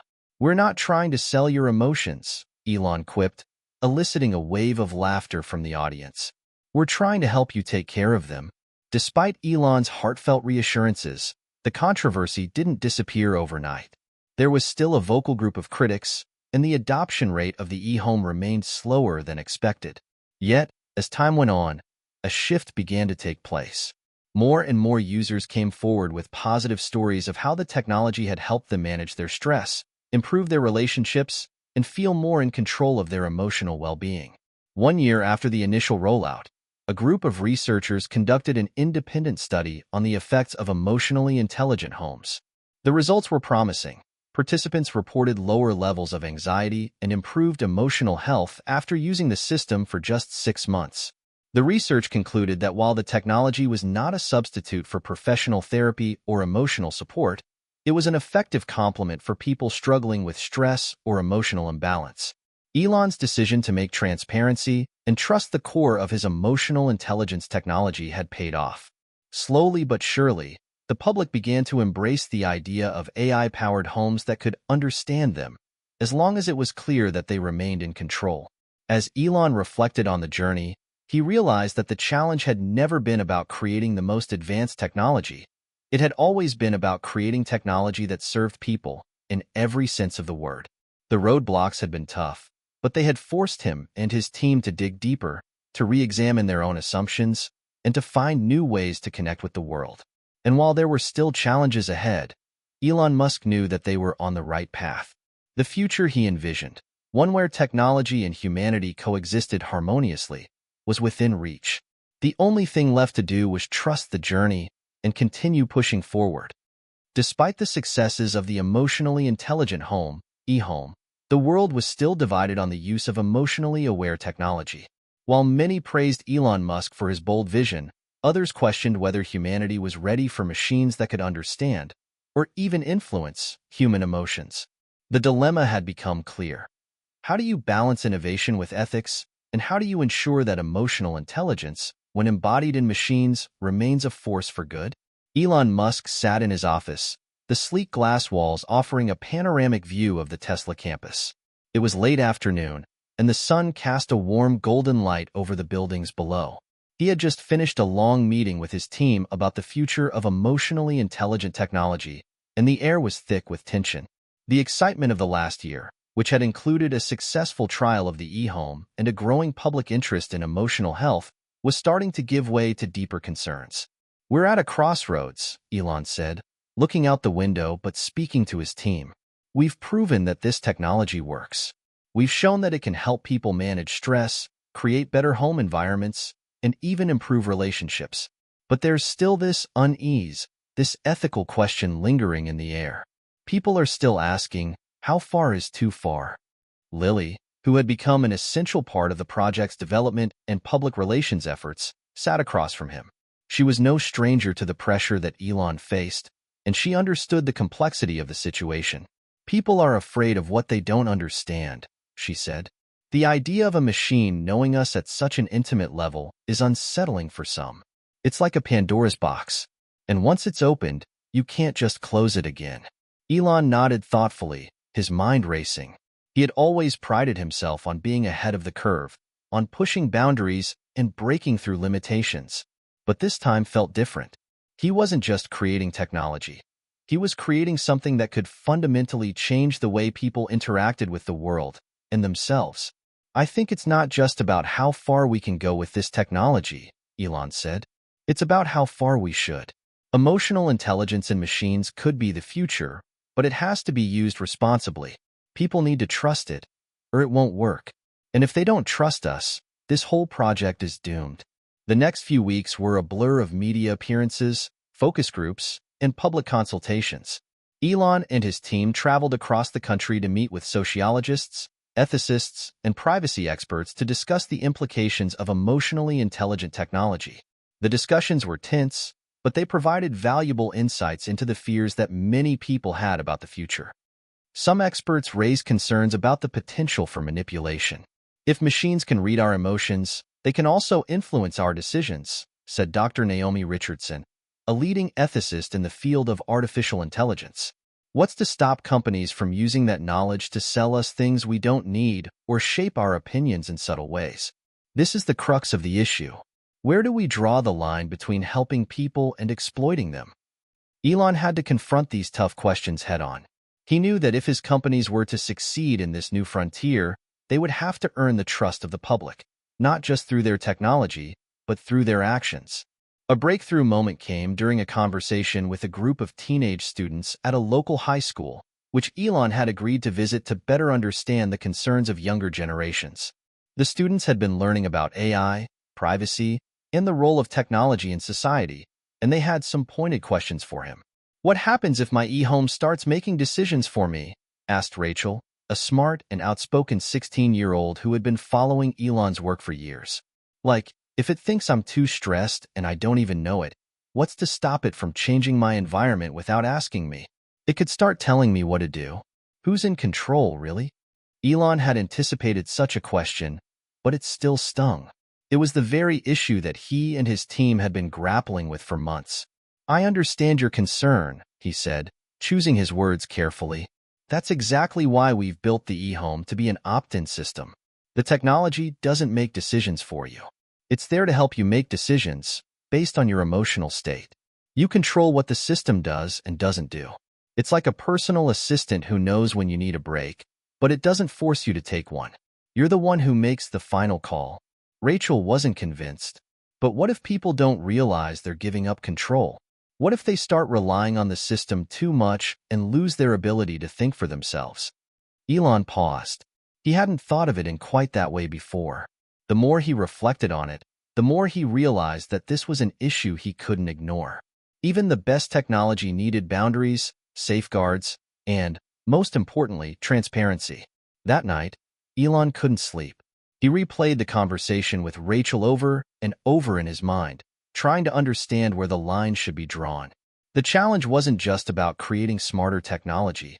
It was about creating smarter humans, too. Could technology enhance human decision-making without replacing it? Could it empower people to live better lives without diminishing their autonomy? It was clear that the solution lay in building not just the technology, but a system of ethical guidelines that would govern its use. He needed to do more than just provide transparency about how the technology worked. He needed to make it clear that the e-home was a tool for self-improvement, not a replacement for personal agency.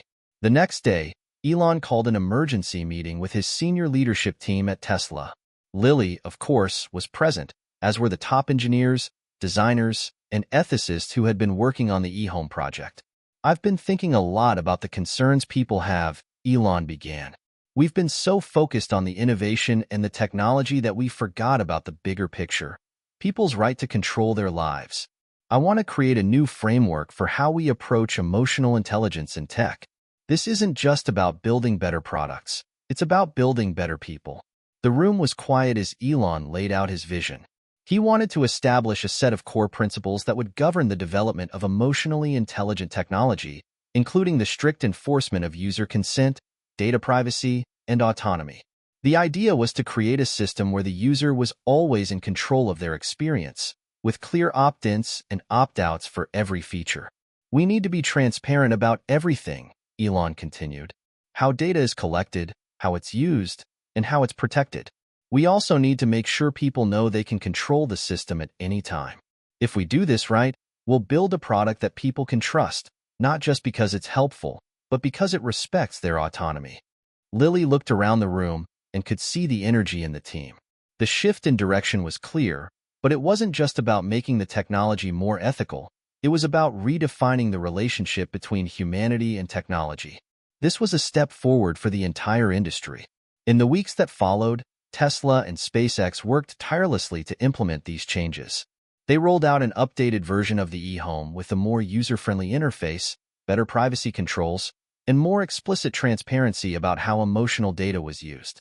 They also introduced new educational initiatives to help people understand how emotionally intelligent technology worked and how to use it responsibly. Elon knew it wouldn't be easy to convince the world that they could trust machines with their emotions. But he believed that by leading with integrity and openness, they could prove that emotional intelligence in technology wasn't just a possibility, it was a necessity. And in that belief, he saw the future. A future where humans and technology coexisted in harmony, each empowering the other to become more than what they could ever be alone. As the months passed, the e-home became a significant part of everyday life for thousands of families. It had evolved into more than just an AI system. It had become a companion. The new version of the e-home, with its enhanced privacy controls and ethical safeguards, was welcomed by those who had been skeptical of the initial rollout. But even with these improvements, the questions remained. Could humanity handle the responsibility of having machines so intimately involved in their lives? Was the emotional intelligence embedded in technology ultimately going to benefit society, or would it make people more reliant on machines than ever before? Elon stood on the balcony of his private estate, overlooking the sprawling grounds as the sun dipped below the horizon. His mind, usually consumed by numbers, strategies, and innovations, was occupied with a different thought tonight. It wasn't about the e-home, or even the next big leap in space exploration. This time, his focus was on a single individual, someone whose presence had been a consistent, if occasionally challenging, force in his life. Lily. Over the last year, their relationship had evolved in ways neither of them could have predicted. It had started as a professional connection, then deepened into something more personal. Their shared vision for the future, their mutual understanding of the stakes at hand, had forged a bond that neither of them had been prepared for. It wasn't just about business anymore. It was about something deeper, something that neither of them could fully articulate. But tonight, that uncertainty had settled into something clearer. Elon knew the next steps in his personal life, as much as he did in his professional life, were as much about trust and choice as they were about technology and innovation. He needed to make a decision, not just about the future of his companies, but about his own future. Could he balance everything, his ambitions, his family, and his evolving feelings for Lily? The phone call came earlier that evening, just as he was about to leave for a press event in San Francisco. It was from Lily, asking if they could meet in person. "It's important," she said, her voice filled with a tone of urgency that Elon recognized immediately. He had no idea what was coming, but he trusted Lily completely. They met at a quiet cafe later that evening, away from the prying eyes of the media and their busy schedules. The cafe was warm and intimate, the kind of place where people came to have serious conversations without interruption. "I've been thinking," Lily began, her expression pensive. "A lot has changed in the past year. The e-home is working, yes. People are learning to trust it more, and we've built a strong foundation. But there's something I need to say." Elon sat forward, sensing the gravity of the conversation. "What's on your mind?" Lily hesitated for a moment, her fingers nervously tracing the rim of her coffee cup. Then she looked up at him, her eyes sharp and direct. "It's not just about the technology anymore. It's about the responsibility we have to people, Elon. Not just to change their lives, but to ensure we don't become the architects of our own downfall. This technology, it's powerful. It can improve lives, yes, but it can also isolate people. It can make them dependent on a system, rather than teaching them how to take control of their own emotional health. We can't forget that." Elon nodded slowly, understanding where she was coming from. They had spent hours discussing the ethical implications of their work, the moral responsibility they had to protect users, and the line between empowerment and overreach. But hearing her speak about it so passionately, with such conviction, made him realize something. "We're not just building tech to change the world," he said quietly. "We're shaping the future. And with that, we have to make choices that are bigger than ourselves." Lily met his gaze, her voice low. "Exactly. And those choices have consequences. Sometimes, it feels like we're at the edge of something incredible, but there's always that nagging doubt. What if we're wrong? What if we're not ready?" The silence between them stretched for a moment. Elon felt a weight settle in his chest, a quiet understanding of the stakes they were dealing with. He had always pushed forward, breaking boundaries and challenging the status quo. But tonight, the question of what they were truly building, and whether the world was ready for it, seemed more pressing than ever before. "I can't do this alone," Elon said, his voice barely above a whisper. "I need you, Lily. I need you to help me navigate these waters, to help me make the right choices." Lily smiled softly, though there was an underlying sadness in her expression. "Elon, it's not about me being here or not. You're the one who has to make these choices. We're all just part of the journey." He reached across the table, taking her hand gently. For a moment, they sat in silence, both of them contemplating the future. Of the world, of their work, and of themselves. The next morning, as Elon prepared to head to the press event, he received an urgent message from his team. The results of the latest study on emotional intelligence technology had been released earlier than expected. It was good news, overall. The findings indicated that the e-home was having a positive impact on the emotional health of its users, with lower levels of anxiety and a higher quality of life reported by a significant portion of participants. But there was a catch. A small but vocal group of privacy advocates had raised new concerns. They claimed that while the technology was designed to protect users' emotional data, there were still potential risks of data breaches. In the age of constant cyber threats, could even the best systems be completely secure? And if not, what was the price of emotional vulnerability? Elon knew this was coming. There were always risks with innovation, but the question remained. Should he pull back on his ambitious vision for the future, or should he double down and find ways to address the concerns head-on? That evening, as he stood before a crowd of journalists and tech influencers at the press event in San Francisco, Elon found himself at a crossroads. The future of emotionally intelligent technology lay in his hands.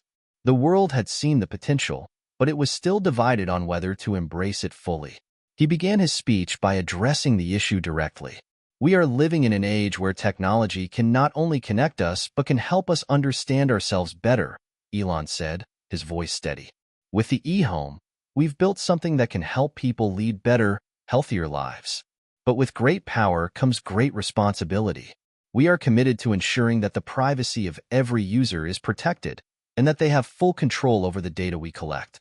We will continue to work tirelessly to improve the security of our systems. This is just the beginning. There was a pause, and then a round of applause. Elon looked out over the crowd, his thoughts once again turning to Lily. He knew that this wasn't just about technology, it was about trust. Trust in the system, trust in the people behind it, and trust in the future. As the event ended and the crowd dispersed, Elon stepped outside, finding himself alone in the cool evening air. He thought about everything that had led him here. The risks, the successes, the failures, and the unexpected twists along the way. He had come a long way, and yet there was so much more to do. And in that moment, he realized something important. This journey wasn't just about building something new. It was about shaping a world where technology could help humanity grow, not diminish it. The next few years would be critical. The choices he made now would determine not only the success of his companies, but the future of the world itself. What do you think? Is the future of emotionally intelligent technology worth the risks? What safeguards do you think should be in place to ensure it's used responsibly? Share your thoughts below. The next few weeks after Elon's press event were a whirlwind of media appearances, private consultations with experts, and intense internal debates at both Tesla and SpaceX. The new revelations about emotional intelligence technology, particularly concerns about data privacy and security, had sparked a new wave of discussion. Elon was determined to steer the conversation toward the benefits of the technology while addressing the valid concerns of the skeptics. Yet, the further he ventured into the world of emotionally intelligent machines, the more it became clear that the very nature of this technology was going to challenge society in ways that no one had anticipated. Late one evening, as Elon sat alone in his office at Tesla, staring at the glowing screen of his laptop, the phone rang. It was Lily. He hesitated for only a moment before answering. "Elon, we need to talk," she said, her voice unusually tense. He leaned back in his chair, sensing the seriousness in her tone. "What's going on?" "It's the latest reports. There's a group of hackers who've been able to manipulate the emotional algorithms in a few of the e-homes," she said, clearly frustrated. "They've been exploiting the system to manipulate the emotional responses of users, creating false emotional states. And that's not even the worst part. They're leaking some of the personal data they've accessed." Elon's pulse quickened. He had known there were risks, everyone did. But this felt like a punch in the gut. The very foundation of the trust they had worked so hard to build was under threat. His mind raced as he processed the information. "How bad is it?" he asked. "Bad," Lily replied. "We're working on a fix right now, but we need to act fast. If this information gets out into the media, we could lose everything." Elon stood up, pacing across the room, trying to think through the implications. The e-home had been designed with the utmost care to protect user privacy, but as with any system that interacted with human emotions, there were unforeseen vulnerabilities. The idea that people's emotional states could be manipulated was horrifying. "We can't let this slide," Elon said, his voice sharp with determination. "Do whatever it takes. I want every engineer, every expert we can mobilize, working on this. We fix it now, before anyone else finds out." Lily paused on the other end of the line. "I'm on it. But Elon, we can't just fix the technical issues. We need to do more. We need to come forward with a full explanation of what happened, what we're doing to fix it, and how we're going to ensure this doesn't happen again." Elon sighed heavily. She was right. This wasn't just about patching the software. It was about restoring trust. The technology had to remain transparent, ethical, and above all, safe. "I'll schedule a press conference tomorrow," Elon said. "We'll be open about what happened. The world needs to know that we take this seriously." The next day, the media storm erupted. The hackers' breach had made headlines across the globe. Major news outlets and privacy watchdogs were demanding answers. The situation was rapidly becoming a crisis, and Elon knew the only way to salvage the situation was full transparency. It wasn't going to be easy, but he wasn't going to shy away from the truth. At the scheduled press conference, Elon stood in front of a crowded room, flanked by his engineers and security experts. The weight of the moment was palpable, the media waiting for his every word. "I want to begin by saying this. We made a mistake," Elon said, his voice calm but resolute. "Our technology, which was meant to help people improve their emotional well-being, has been compromised. Hackers were able to access personal data and manipulate the emotional algorithms of the system. This breach was inexcusable, and I take full responsibility for it. The room went silent. The words hung in the air, heavy with their implications. But Elon didn't flinch. He continued. Here's what we are doing to fix it. First, we've implemented a new, more secure system that will protect user data at every level. Second, we are working with third-party security experts to ensure that the integrity of our algorithms is never compromised again. And third, we are rolling out new transparency measures, where every user will have the ability to see exactly how their data is being used and what emotional inputs are being processed. He paused, letting the weight of his words sink in. We understand the concerns you have about the future of emotionally intelligent technology, and I understand that trust, once broken, is not easily repaired. But we are committed to making this right. Our goal has always been to improve people's lives, never to exploit their vulnerabilities. We will do everything in our power to regain that trust. The press conference ended on a note of cautious optimism. While the breach had certainly caused significant damage to the reputation of the e-home and its developers, Elon had made it clear that they were not running from the problem. They were facing it head-on. Behind the scenes, the Tesla team worked around the clock to patch the security holes and prevent further breaches. They also initiated a program to compensate users who had been affected by the breach, offering free upgrades to a new, more secure version of the e-home, along with a full audit of their personal data. Elon knew that this was the only way forward, making amends and ensuring that people knew they were truly invested in protecting them. As the days passed, the fallout continued. Privacy advocates demanded more stringent regulations, and several competitors in the tech industry seized on the opportunity to criticize the system. Some even suggested that emotionally intelligent technology should be banned altogether, citing the risks of emotional manipulation. But despite the storm of controversy, there was also support. Many people, particularly those who had benefited from the e-home's ability to help with mental health and emotional well-being, came to its defense. They knew that the technology had the potential to change lives for the better. Lily had been a pillar of strength throughout the ordeal, working tirelessly alongside Elon to address every concern, every report, and every technical issue. Despite the pressure, despite the growing uncertainty, she never wavered in her belief that the technology could ultimately be a force for good.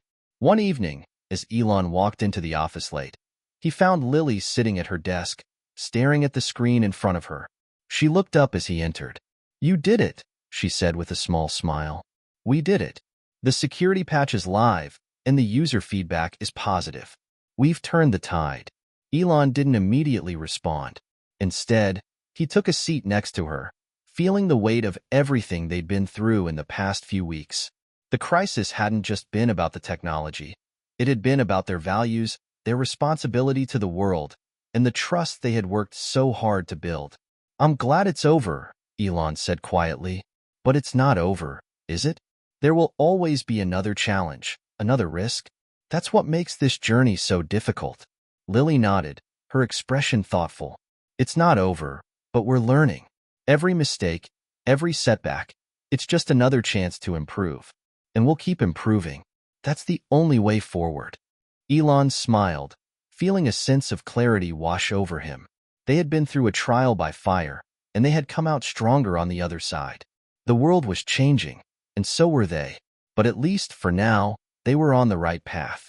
The dust had settled. The immediate crisis over the e-home security breach had been addressed, and the system's new safety measures were being hailed as a step in the right direction. Yet for Elon and Lily, the aftermath of the scandal left them with a haunting realization. The world had changed, and so had they. The trust of the public could no longer be assumed. It had to be earned, rebuilt, and, most importantly, protected at all costs. Elon knew the risks, but he also saw the possibilities. The emotional intelligence technology they were developing had the potential to revolutionize the way people interacted with machines, with one another, and perhaps even with themselves.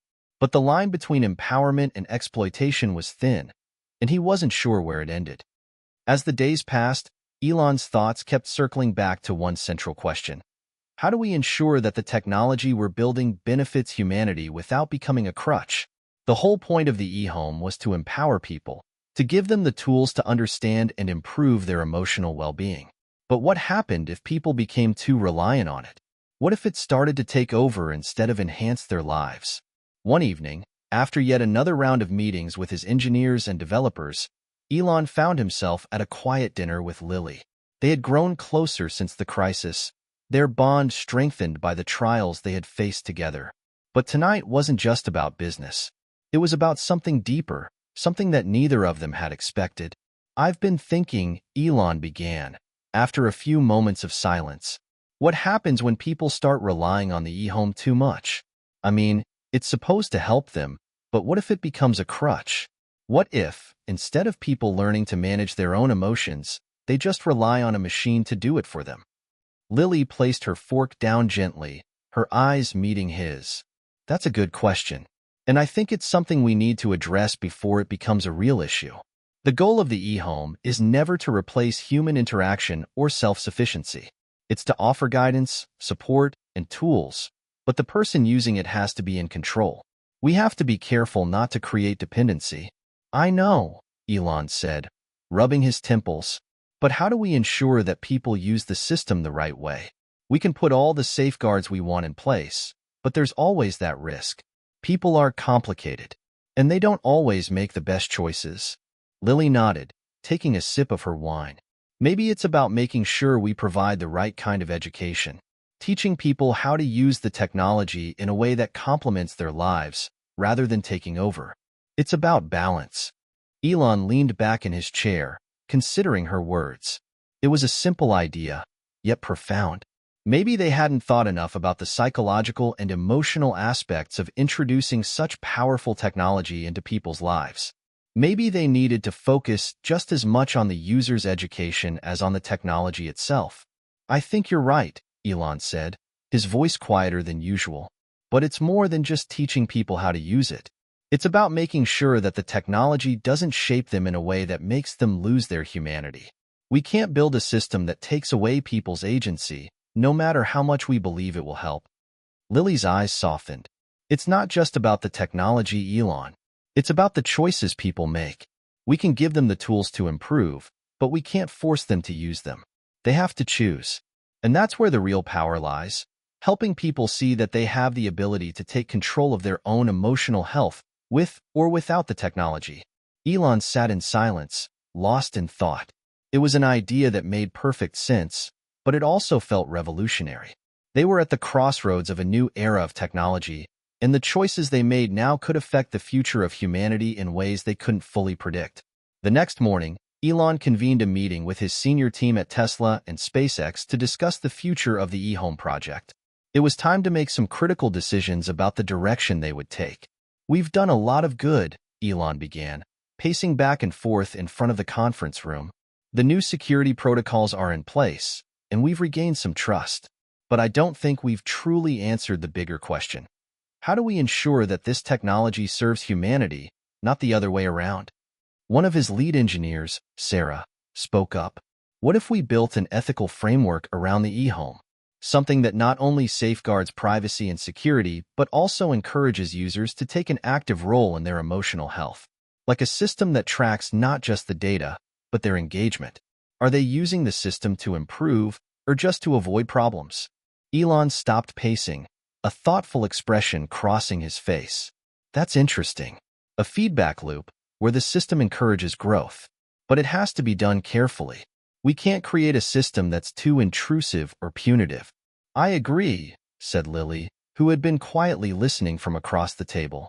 "But what if we incentivized people to learn and grow? Maybe we could introduce a system that rewards people for using the technology in a way that enhances their lives, like completing emotional health challenges or setting and achieving personal goals. That way, the system becomes a guide, not a substitute." Elon raised an eyebrow. "So, it's like a partnership, the technology and the user working together, instead of the technology taking over. I like that. It feels more human." The room seemed to come alive with energy as the team began brainstorming ideas for the next phase of the e-home. They discussed everything from personalized emotional health goals to creating community support systems within the app, where users could share their journeys and progress with others. There was talk of integrating mindfulness exercises, journaling prompts, and even virtual support groups to ensure that the technology didn't just monitor, but actively encouraged personal growth and independence. Weeks later, the new version of the eHome was ready. It wasn't just a security overhaul. It was a complete reimagining of what an emotionally intelligent system could be. Instead of simply tracking users' emotional data, the system now encouraged them to engage in regular self-reflection, to set and achieve emotional health goals, and to connect with others in meaningful ways. It was a tool, but it was also a partner, a guide that empowered its users to take control of their own well-being. The launch was met with cautious optimism.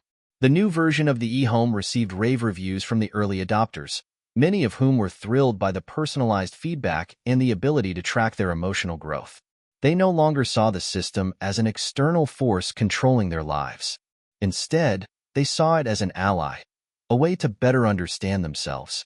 But as the eHome project evolved, so too did the questions surrounding it. Was it really possible for technology to have an ethical and positive impact on human emotional health without crossing boundaries? Could it remain a tool without becoming a crutch? Elon and Lily didn't have all the answers, but they knew one thing for certain. They had to keep asking those questions. And that was the journey they were on. One where technology and humanity had to find a delicate balance, a balance that could help people grow, but never replace their ability to grow on their own. What do you think? Is there a line where technology should stop when it comes to emotional health? How can we ensure that tools like the eHome support, but don't replace human experience? Share your thoughts with us in the comments below. The evolution of the eHome was more than just a technical upgrade. It represented a new philosophical approach to the intersection of technology and humanity. Elon and Lily, alongside their team, had managed to navigate the minefield of ethical considerations, data security, and user engagement, all while refining the emotional intelligence system to be more of a companion than a controller. But despite the positive feedback, there was an underlying tension in the air. The technology was evolving, but the world wasn't quite ready for the paradigm shift it promised. For Elon, the questions were relentless. How far is too far? What happens when the line between artificial intelligence and human emotion blurs too much? He had always prided himself on pushing the boundaries of what was possible, but now he was grappling with the responsibility that came with it. This was no longer just about building a better car or a reusable rocket. This was about shaping the future of human interaction with technology on a deeply personal level. One afternoon, after a long series of meetings with the Tesla and SpaceX teams, Elon found himself on a flight to one of the company's remote facilities, a place where new innovations were often tested in isolation from the outside world. He needed space, literal and metaphorical, to think. Sitting by the window, watching the sprawling landscape below, he reflected on the journey that had brought him here. What had started as an ambitious idea to integrate emotional intelligence into technology had quickly escalated into a movement. But with that growth came complications. He pulled out his phone and scrolled through the latest user reviews of the eHome. Many praised the system's new direction, claiming that it had truly helped them make strides in their emotional health.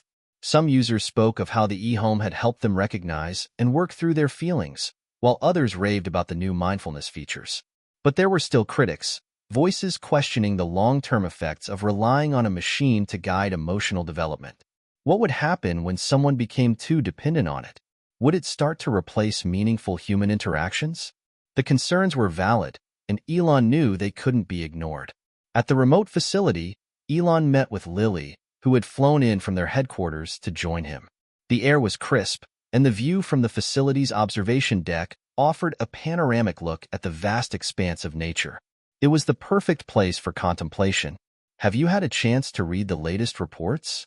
Lily asked, joining him at the deck. Elon nodded, his eyes lingering on the horizon. "Yes, a lot of positive feedback, but also growing concerns. People are worried about the technology going too far. They're asking, can we really trust a machine with something as personal as our emotions?" Lily turned to face him, her expression serious. "The concerns are valid, Elon, but I think we're looking at this in the wrong way. People don't want a machine to feel for them. They want a system that helps them feel more connected to themselves. We've been so focused on the technology We may have forgotten the human aspect. Elon raised an eyebrow. What do you mean?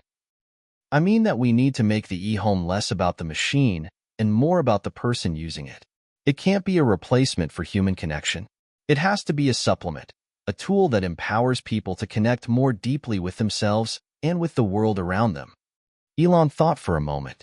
The idea of focusing on the human experience, rather than the technology itself, struck a chord with him. It wasn't about creating something that people leaned on like a crutch. It was about helping them build their emotional resilience so that they didn't need the crutch at all. That's it, he said, his voice filled with renewed conviction. We've been building technology to help people, but what if the next step is to help them grow without it?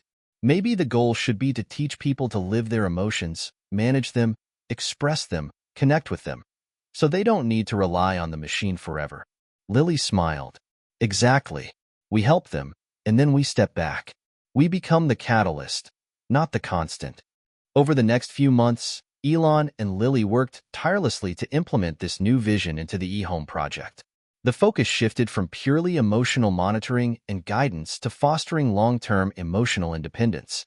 They introduced new features that encouraged users to reflect on their progress, set emotional growth goals, and, most importantly, learn how to use the technology as a tool, not a solution. They introduced features like 1. Mindful reflection, encouraging users to take moments throughout their day to reflect on their emotional states, rather than letting the system track everything for them. 2. Emotional resilience challenges. Users could set emotional challenges for themselves, such as practicing patience, gratitude, or compassion, and track their progress over time. 3. Community support networks, building a safe space where users could connect with others going through similar emotional journeys, creating support groups and encouraging peer-to-peer emotional growth. Elon knew that the more autonomous the system made the user, the more powerful the impact would be. The e-home was no longer just about monitoring emotions. It was about teaching people how to master their emotional landscape without being dependent on a machine. The launch of the new version of the e-home was met with a wave of excitement. Early adopters praised the system's new emphasis on empowerment and independence. Users began to see it less as a babysitter for their emotions and more as a personalized coach, guiding them when needed, but also encouraging them to take ownership of their emotional well-being. The results were promising. Users reported feeling more in control of their emotions, with many saying they felt more connected to their own experiences rather than detached from them. The community networks also became a thriving hub for shared wisdom and emotional support, transforming the e-home from a solitary tool into a source of collective strength. But as Elon sat in his office, reviewing the first wave of feedback from the new launch, he couldn't shake the feeling that there was still more to be done. The journey was far from over. The world wasn't just waiting for technology to solve its problems. It was waiting for humanity to solve its own. Elon had always been a visionary, but this project had taught him something new. True innovation wasn't just about building smarter technology.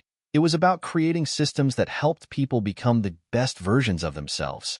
And for the first time, he realized that the e-home was never meant to be the end game. It was just the beginning. The next few weeks were a whirlwind of meetings, interviews, and product refinements. Elon and Lily traveled the world, speaking at conferences, sharing their vision for emotional intelligence technology, and learning from the global response. Every day, they found new opportunities to refine and perfect the system. They met with philosophers, psychologists, and sociologists, all of whom offered valuable insights into how the technology could be improved to better serve people's emotional health. But amid the chaos, Elon couldn't help but feel a sense of peace. They weren't just building machines anymore. They were helping people find the tools they needed to become the architects of their own lives. And that was a future he could get behind. The success of the revamped e-home system exceeded even Elon and Lily's most optimistic projections. Users were flocking to the platform in droves, not just because it was cutting-edge technology, but because it made them feel more in control of their lives, emotionally, socially, and mentally. For the first time, the world wasn't just reacting to a product. They were embracing a movement that promised to empower them, not just through innovation, but through emotional growth. But as the system's popularity surged, so too did the scrutiny. The technology that had once seemed like a niche idea was now a global phenomenon, And with global reach came a new level of responsibility. Elon had always been comfortable with criticism. He was used to being the face of bold ideas and ambitious projects. But this was different. This wasn't just about a car or a rocket ship. This was about reshaping the very foundation of human interaction with technology. It was personal. One evening, Elon sat at his desk, his mind racing through the feedback they had received. The new features were well received, and the idea of emotional independence had resonated with a lot of users. However, there was a rising chorus of concern from experts in the field of mental health. Some argued that while emotional intelligence technology could help people in the short term, it might undermine long-term psychological growth. What happened when the technology was gone? Or when a user faced a challenge the system couldn't help them with? Would they revert to old patterns of behavior, or had they gained real emotional resilience? Lily entered his office, a cup of coffee in hand, breaking his reverie. "You look like you're a million miles away," she remarked with a smile. "What's on your mind?" Elon sighed, rubbing his eyes. "The feedback's been mostly positive, but there's a growing debate. Some mental health experts are saying that while the system helps people become more self-aware, it might be reinforcing a reliance on external guidance. They're worried that people might use it as a crutch, not just for emotional growth, but as a substitute for real-world interactions. How do we ensure that this technology doesn't become a band-aid that people never take off?" Lily sat down across from him, her expression thoughtful. "I get it. It's a valid concern. But I think what we've done so far is already making a difference. We're teaching people to be more aware of their emotions, to check in with themselves. And we're also giving them the tools to handle those emotions on their own. The key is to make sure we continue encouraging them to rely on themselves, not just the system." Elon nodded. "Exactly. But how do we keep that balance? How do we ensure the e-home is always a tool, not a crutch? What happens when the technology becomes the first thing someone turns to when they're struggling, instead of themselves or their loved ones?" Lily leaned forward, her eyes locking with his. "It's not about eliminating the system's role in people's lives. It's about expanding the role of human relationships. The e-home can be the catalyst, but it shouldn't replace the need for real, human connection. We should be teaching people how to use the system to improve themselves, and then show them how to apply what they've learned to their real-world relationships. It's all about balance, Elon." Elon smiled slightly, feeling a sense of clarity. "Right. It's not enough to just give people the tools. We need to show them how to use those tools in ways that enhance their lives, not isolate them. If we can achieve that, then maybe we've created something truly revolutionary." The next few weeks were spent refining the system even further. Elon and Lily worked with psychologists, sociologists, and educators to better understand the role technology should play in emotional development. They created new content that didn't just encourage users to check in with their emotions, but also gave them concrete steps on how to process those emotions in real-world contexts, whether it was through conversations with loved ones, journaling, or seeking professional help. They also rolled out a feature called Human Connection Mode, which allowed the e-home to prompt users to engage with people in their lives when it detected signs of emotional distress. It could suggest talking to a friend, spending time with family, or even seeking therapy if it felt the user needed deeper support. The feature was designed to ensure that the system never replaced human connection. It was meant to enhance it, to nudge users toward the relationships that truly mattered. One day, Elon was invited to speak at a conference on emotional intelligence and technology. The crowd in the auditorium was buzzing with excitement. The idea of integrating emotional well-being with artificial intelligence had caught the attention of millions. But Elon was also acutely aware that this was a defining moment. His words could either push the technology to new heights or further complicate its relationship with humanity. As he took the stage, he paused for a moment to survey the crowd. He saw hopeful faces, people eager to hear about the next big thing in tech. But he also saw skepticism. They weren't just interested in technology for technology's sake. They wanted to understand its impact on the human experience. "Thank you all for having me here today," Elon began, his voice calm but commanding. "We live in an age where technology is advancing faster than we can sometimes keep up with. We've created machines that can drive cars, travel to Mars, and even learn to think like humans. But one thing we often forget is that the machines are only tools. tools to help us become better versions of ourselves. He paused, letting the weight of the words sink in. The e-home isn't here to replace relationships or to make us dependent on technology. It's here to help us understand ourselves better, to empower us to be the masters of our own emotional health. But the key is balance. Technology has the potential to improve our lives, but only if we use it to complement the human connections that truly matter. The e-home is not a replacement for the people we love or the support systems we need. It's an enhancer, a tool that helps us be better in those relationships. The crowd was silent for a moment, absorbing the message. Then, a ripple of applause spread through the room. Elon continued, his passion rising. If we can teach ourselves and others to engage with technology in a way that strengthens, rather than replaces, human connection, then we've truly succeeded. And that's what we're working toward, not just building smarter systems, but building a smarter, more emotionally resilient society. As he finished speaking, the room erupted in applause. The message had been heard. Elon knew that this was just one step in a much longer journey, but it felt like a turning point. The eHome project was no longer just about emotional intelligence technology. It was about rethinking the way humanity interacted with machines and each other. Back in the office, Elon and Lily received a flood of positive feedback from the conference. People were excited about the vision they had presented, and the idea of using technology to encourage real human connections resonated deeply with their audience. But the work wasn't over. The real challenge now was to scale this approach and make it a lasting part of everyday life for people around the world. Elon felt a sense of renewed purpose. He had always known that technology could change the world, but now he understood something deeper. Technology wasn't just about solving problems. It was about helping people grow. As the sun set over the horizon, he looked out the window of his office, the city lights flickering below. The future was uncertain, but for the first time in a long time, he felt optimistic. They weren't just building a product. They were building a future. And that future was one where humans and technology didn't compete. They coexisted, learning and growing together. The global response to the eHome's latest iteration had been overwhelmingly positive. People seemed to be embracing the idea of using technology to help them improve their emotional well-being, without allowing it to overtake or replace their human relationships. Elon and Lily had achieved something remarkable. At least, that's how it appeared on the surface.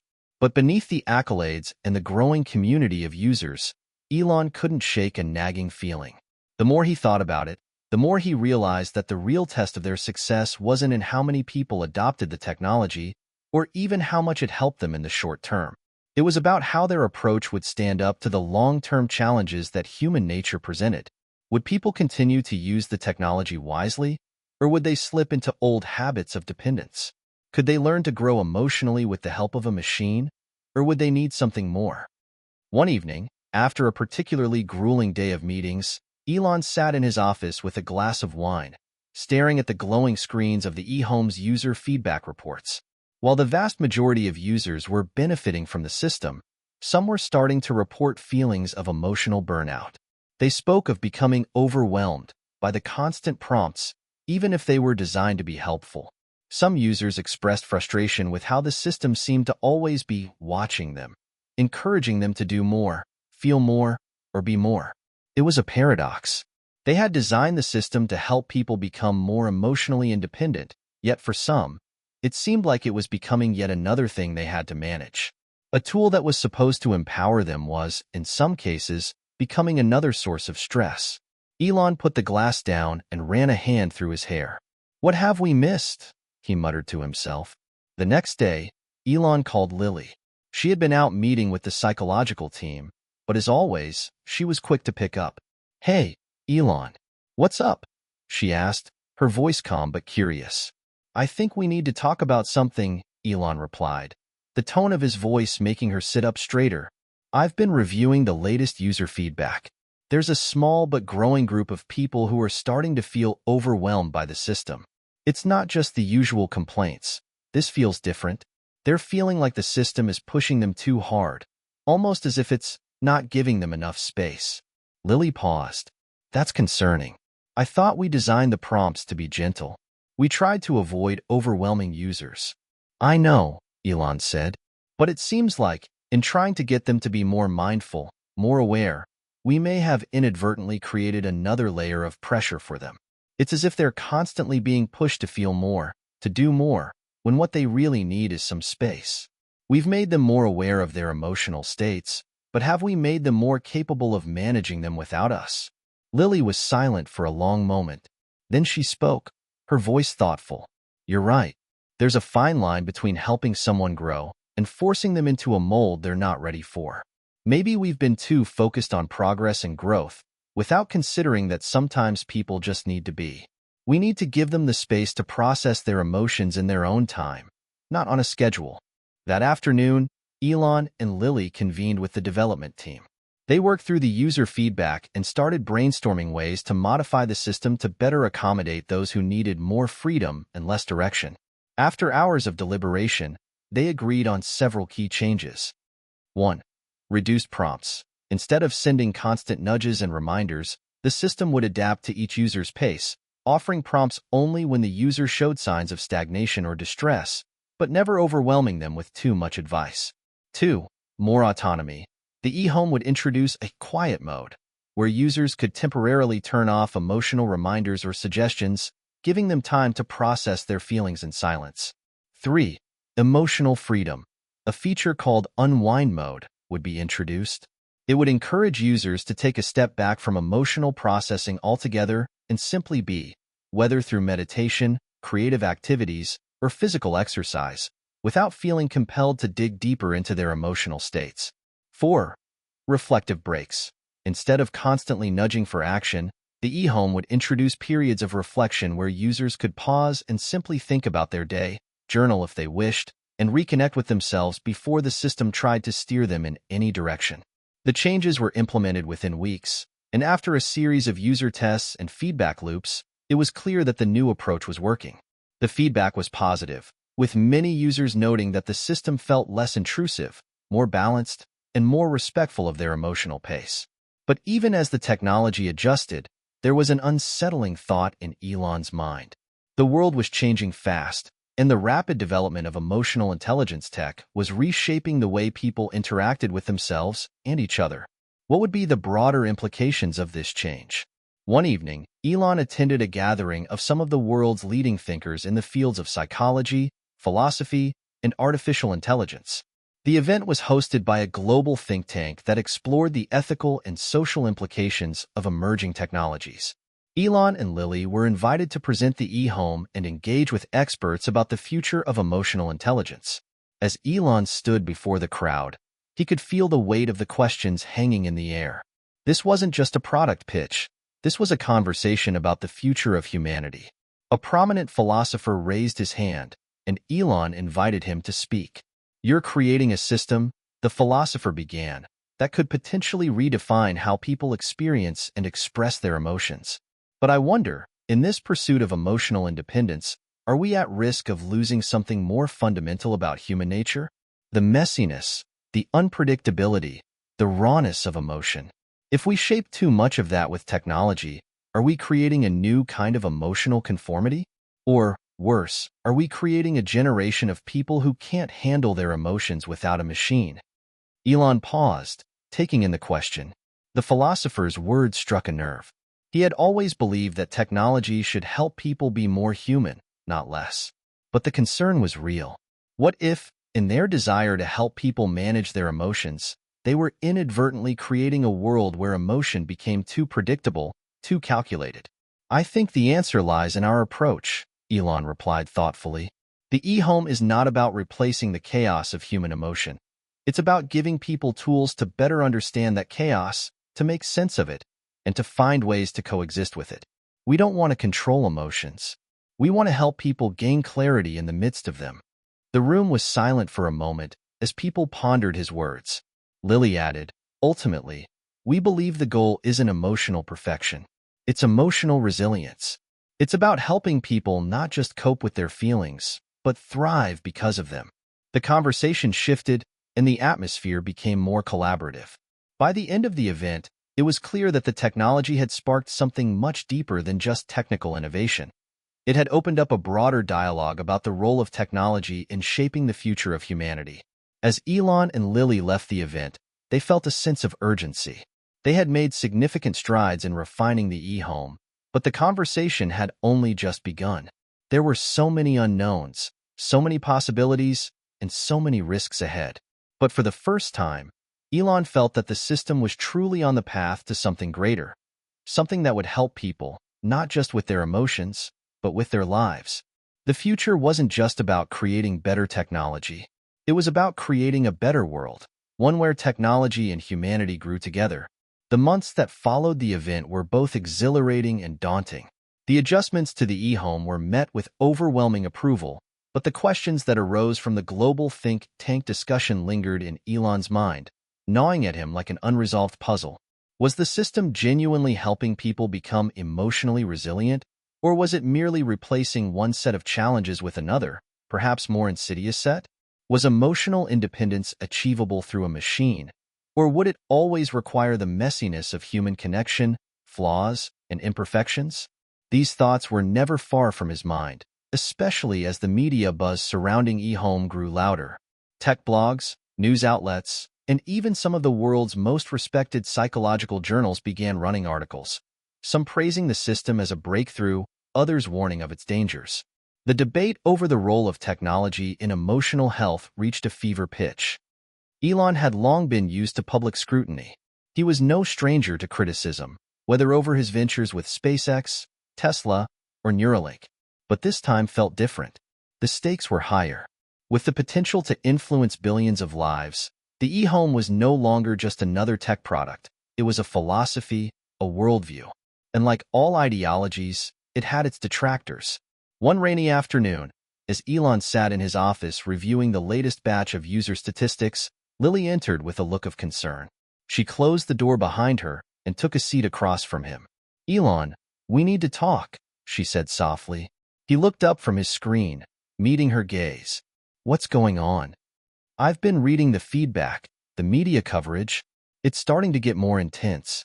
There are people saying that we're on the brink of creating an emotional dependency, that we've crossed a line from helping people manage their emotions to controlling them." Elon's shoulders tensed. "I was afraid of this," Lily continued, her voice steady but urgent. "They're saying that by giving people these tools, we're making them more reliant on a system to feel things. We're creating a generation of emotionally curated people who won't know how to cope without the system guiding them. They say we're not helping people become stronger. We're making them weaker." Elon leaned back in his chair, his fingers pressed together as he thought. The doubts he'd felt over the last few weeks suddenly surged to the surface. "Are they right?" he asked, his voice almost a whisper. "Have we created something that could actually hurt people in the long run?" Lily exhaled slowly. "I think it's more complicated than that.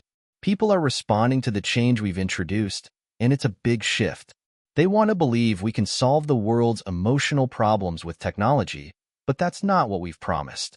What we've created is a tool, not a replacement for real human interaction, but a means to augment it, to help people understand and manage their emotions, not outsource them entirely." Elon nodded slowly, but he couldn't shake the nagging feeling that they might be approaching a critical juncture. "Maybe they're right, Lily. Maybe there's a danger in relying on a machine to manage something as deeply personal as our emotions. People shouldn't need to turn to technology to feel grounded." Lily was quiet for a moment, then spoke with quiet conviction. "I think we're at a crossroads. We've built something that can change lives, but it's up to us to guide it in the right direction. We can't allow the system to become a crutch. It should always be a tool. But it's our responsibility to make sure we keep people connected to each other. We can't forget the human part of the equation." The next day, Elon and Lily met with the entire development team. The mood was tense. Everyone knew that they were standing at the precipice of something profound, but there was also a sense of uncertainty. How could they address the concerns that had emerged? How could they ensure that the e-home was part of a solution, not part of the problem? Elon began the meeting with a sobering statement. "We've created something incredible, but we need to ask ourselves a hard question. Are we helping people or enabling them to avoid the deeper challenges of human connection? If we want to truly make a difference, we need to make sure that e-home doesn't become a substitute for what truly matters, the relationships that help us grow emotionally and spiritually." There was a long silence in the room, but then one of the developers, Sarah, spoke up.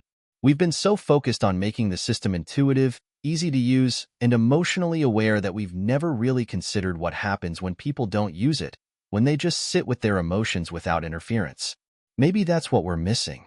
We need to help people process their feelings without always having the system tell them what to do. Elon nodded. That's the key. We need to create space for people to step back and simply be without feeling like they're being monitored or directed. We're not their emotional managers. We're their helpers when they ask for help. Lily added, we need to shift our focus to emotional autonomy. The e-home should empower people to make their own decisions, to take ownership of their emotional growth, not give them another layer of advice and guidance. It was clear to everyone in the room that the future of the e-home would not lie in increasing the system's influence, but in minimizing it. Elon and Lily decided to overhaul some of the core features of the e-home, making them more flexible and user-driven. They introduced the concept of emotional freedom mode, a feature that would allow users to temporarily disengage from the system entirely, encouraging them to take breaks when they felt overwhelmed, and giving them the freedom to explore their emotions without any prompts or suggestions. The personal growth journal feature was also revamped. Rather than suggesting specific emotional exercises, it would now ask open-ended questions to help users reflect on their emotions and experiences at their own pace. No guidance, no push toward action, just space for introspection. Finally, they added community support options, where users could opt to reach out to a support network of real people, friends, family, or even therapists, if they needed help. The goal was to make it clear that technology should always complement, but never replace, the vital human connections that people rely on for emotional strength. As the new version of the e-home rolled out, there was a noticeable shift in the user feedback. People appreciated the changes, particularly the autonomy they were given to take breaks and process their emotions in their own time. The system felt less like a persistent guide and more like a helpful companion, one that knew when to step back. But the questions continued. Would people continue to engage with the system in a way that maintained the balance between emotional independence and connection? Would they remember the lessons the system had taught them once the novelty wore off? The answer was uncertain. Elon knew the work wasn't over. In fact, it was just beginning. One evening, after the latest user statistics had been reviewed, Elon sat alone in his office, looking out over the city skyline. He reflected on the journey they had undertaken, from the first idea of emotional intelligence technology to the present moment, when it seemed as if they were on the cusp of something even bigger. But there were no easy answers. As always, Elon was grappling with the delicate balance between innovation and humanity, between the promise of technology and the real-world implications. What they had created could change the world, but only if they were willing to change themselves along the way. The world was watching. Months of tireless adjustments, public scrutiny, and internal debates had brought Elon Musk and Lily to a critical moment. The e-home was now a global phenomenon, and its influence was undeniable. But for all the praise and recognition, something still gnawed at Elon's conscience. The technology was undoubtedly groundbreaking, but he couldn't shake the question. Had they truly understood the emotional complexities of the people they were trying to help? Or had they created a system that, despite all its good intentions, was still susceptible to the very flaws it sought to fix? As he sat in his office late one evening, Elon replayed the past in his mind. The excitement when they first unveiled the e-home, the breakthroughs they'd achieved, the raving reviews from early users. But then there were the voices that had warned against relying too heavily on a machine for emotional well-being. Some claimed the technology was simply a band-aid, a quick fix for deeper issues. Others feared that the e-home would make people more disconnected, unable to truly process their emotions without technological interference. Lily, sensing his inner turmoil, had been quiet lately. She knew that Elon had reached a crossroad. The final choice was looming. Should they continue to scale e-home globally, or should they reconsider their mission? Could they adjust the system to truly help people without compromising the essence of what made them human? It was the morning of the largest product reveal to date. E-home had become more than just a tech product. It was a movement. People from all corners of the globe had adopted it, sharing their successes and challenges, building communities around it. The product had evolved from a simple emotional intelligence platform into a full-fledged system of personal growth, mindfulness, and well-being. Elon walked into the conference room with Lily, surrounded by their team. The room was buzzing with excitement. This was to be the most ambitious version of the e-home yet. The new version promised deeper integration with the brain-computer interface, making emotional tracking more seamless and intuitive than ever. It was going to be their crowning achievement. But even as the team celebrated their success, Elon couldn't escape the nagging feeling of doubt. The feedback from users had been overwhelmingly positive, but there were still those, perhaps more quietly, who raised concerns. What if they were moving too fast? Lily, noticing Elon's distant expression, approached him quietly. "You okay?" she asked. He looked up, his gaze distant. "I'm just thinking about everything. How do we know we're doing the right thing? I've seen the success stories, but what about the people who feel trapped by it? The ones who've become too dependent?" Lily placed a reassuring hand on his shoulder. "We can't solve everyone's problems, but we've given them the tools to solve their own. We're still learning, still adapting. The important thing is that we've created something that empowers people. We've given them a choice, something they didn't have before." Elon took a deep breath. But what happens when they don't want to make that choice? What happens if we become the problem instead of the solution? Lily smiled gently, her eyes understanding. "That's the thing, Elon. It's not about us or the technology. It's about the choices people make. We can guide them, but they have to take that step themselves. We can't force them to change. We can only help them see the possibility of change." The press conference was a whirlwind. Elon stood before a packed room of journalists, influencers, and industry leaders, ready to unveil the next chapter of eHome. He spoke passionately about how the platform had evolved, focusing on the ways it was empowering users to take control of their emotional well-being. It wasn't just a tool for self-improvement anymore. It was a revolution in how people could connect with themselves and others. He introduced the new features with a sense of excitement.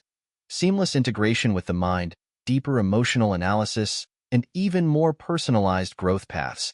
The audience responded with applause, their enthusiasm contagious. But as Elon spoke, he couldn't shake the feeling that something was missing. Was this truly the right path? Could he, in good conscience, push for more users when he knew that some might fall into unhealthy dependencies on the technology? That evening, as the press conference buzz faded, Elon found himself once again sitting in his office, alone. The weight of the day's success felt strangely hollow.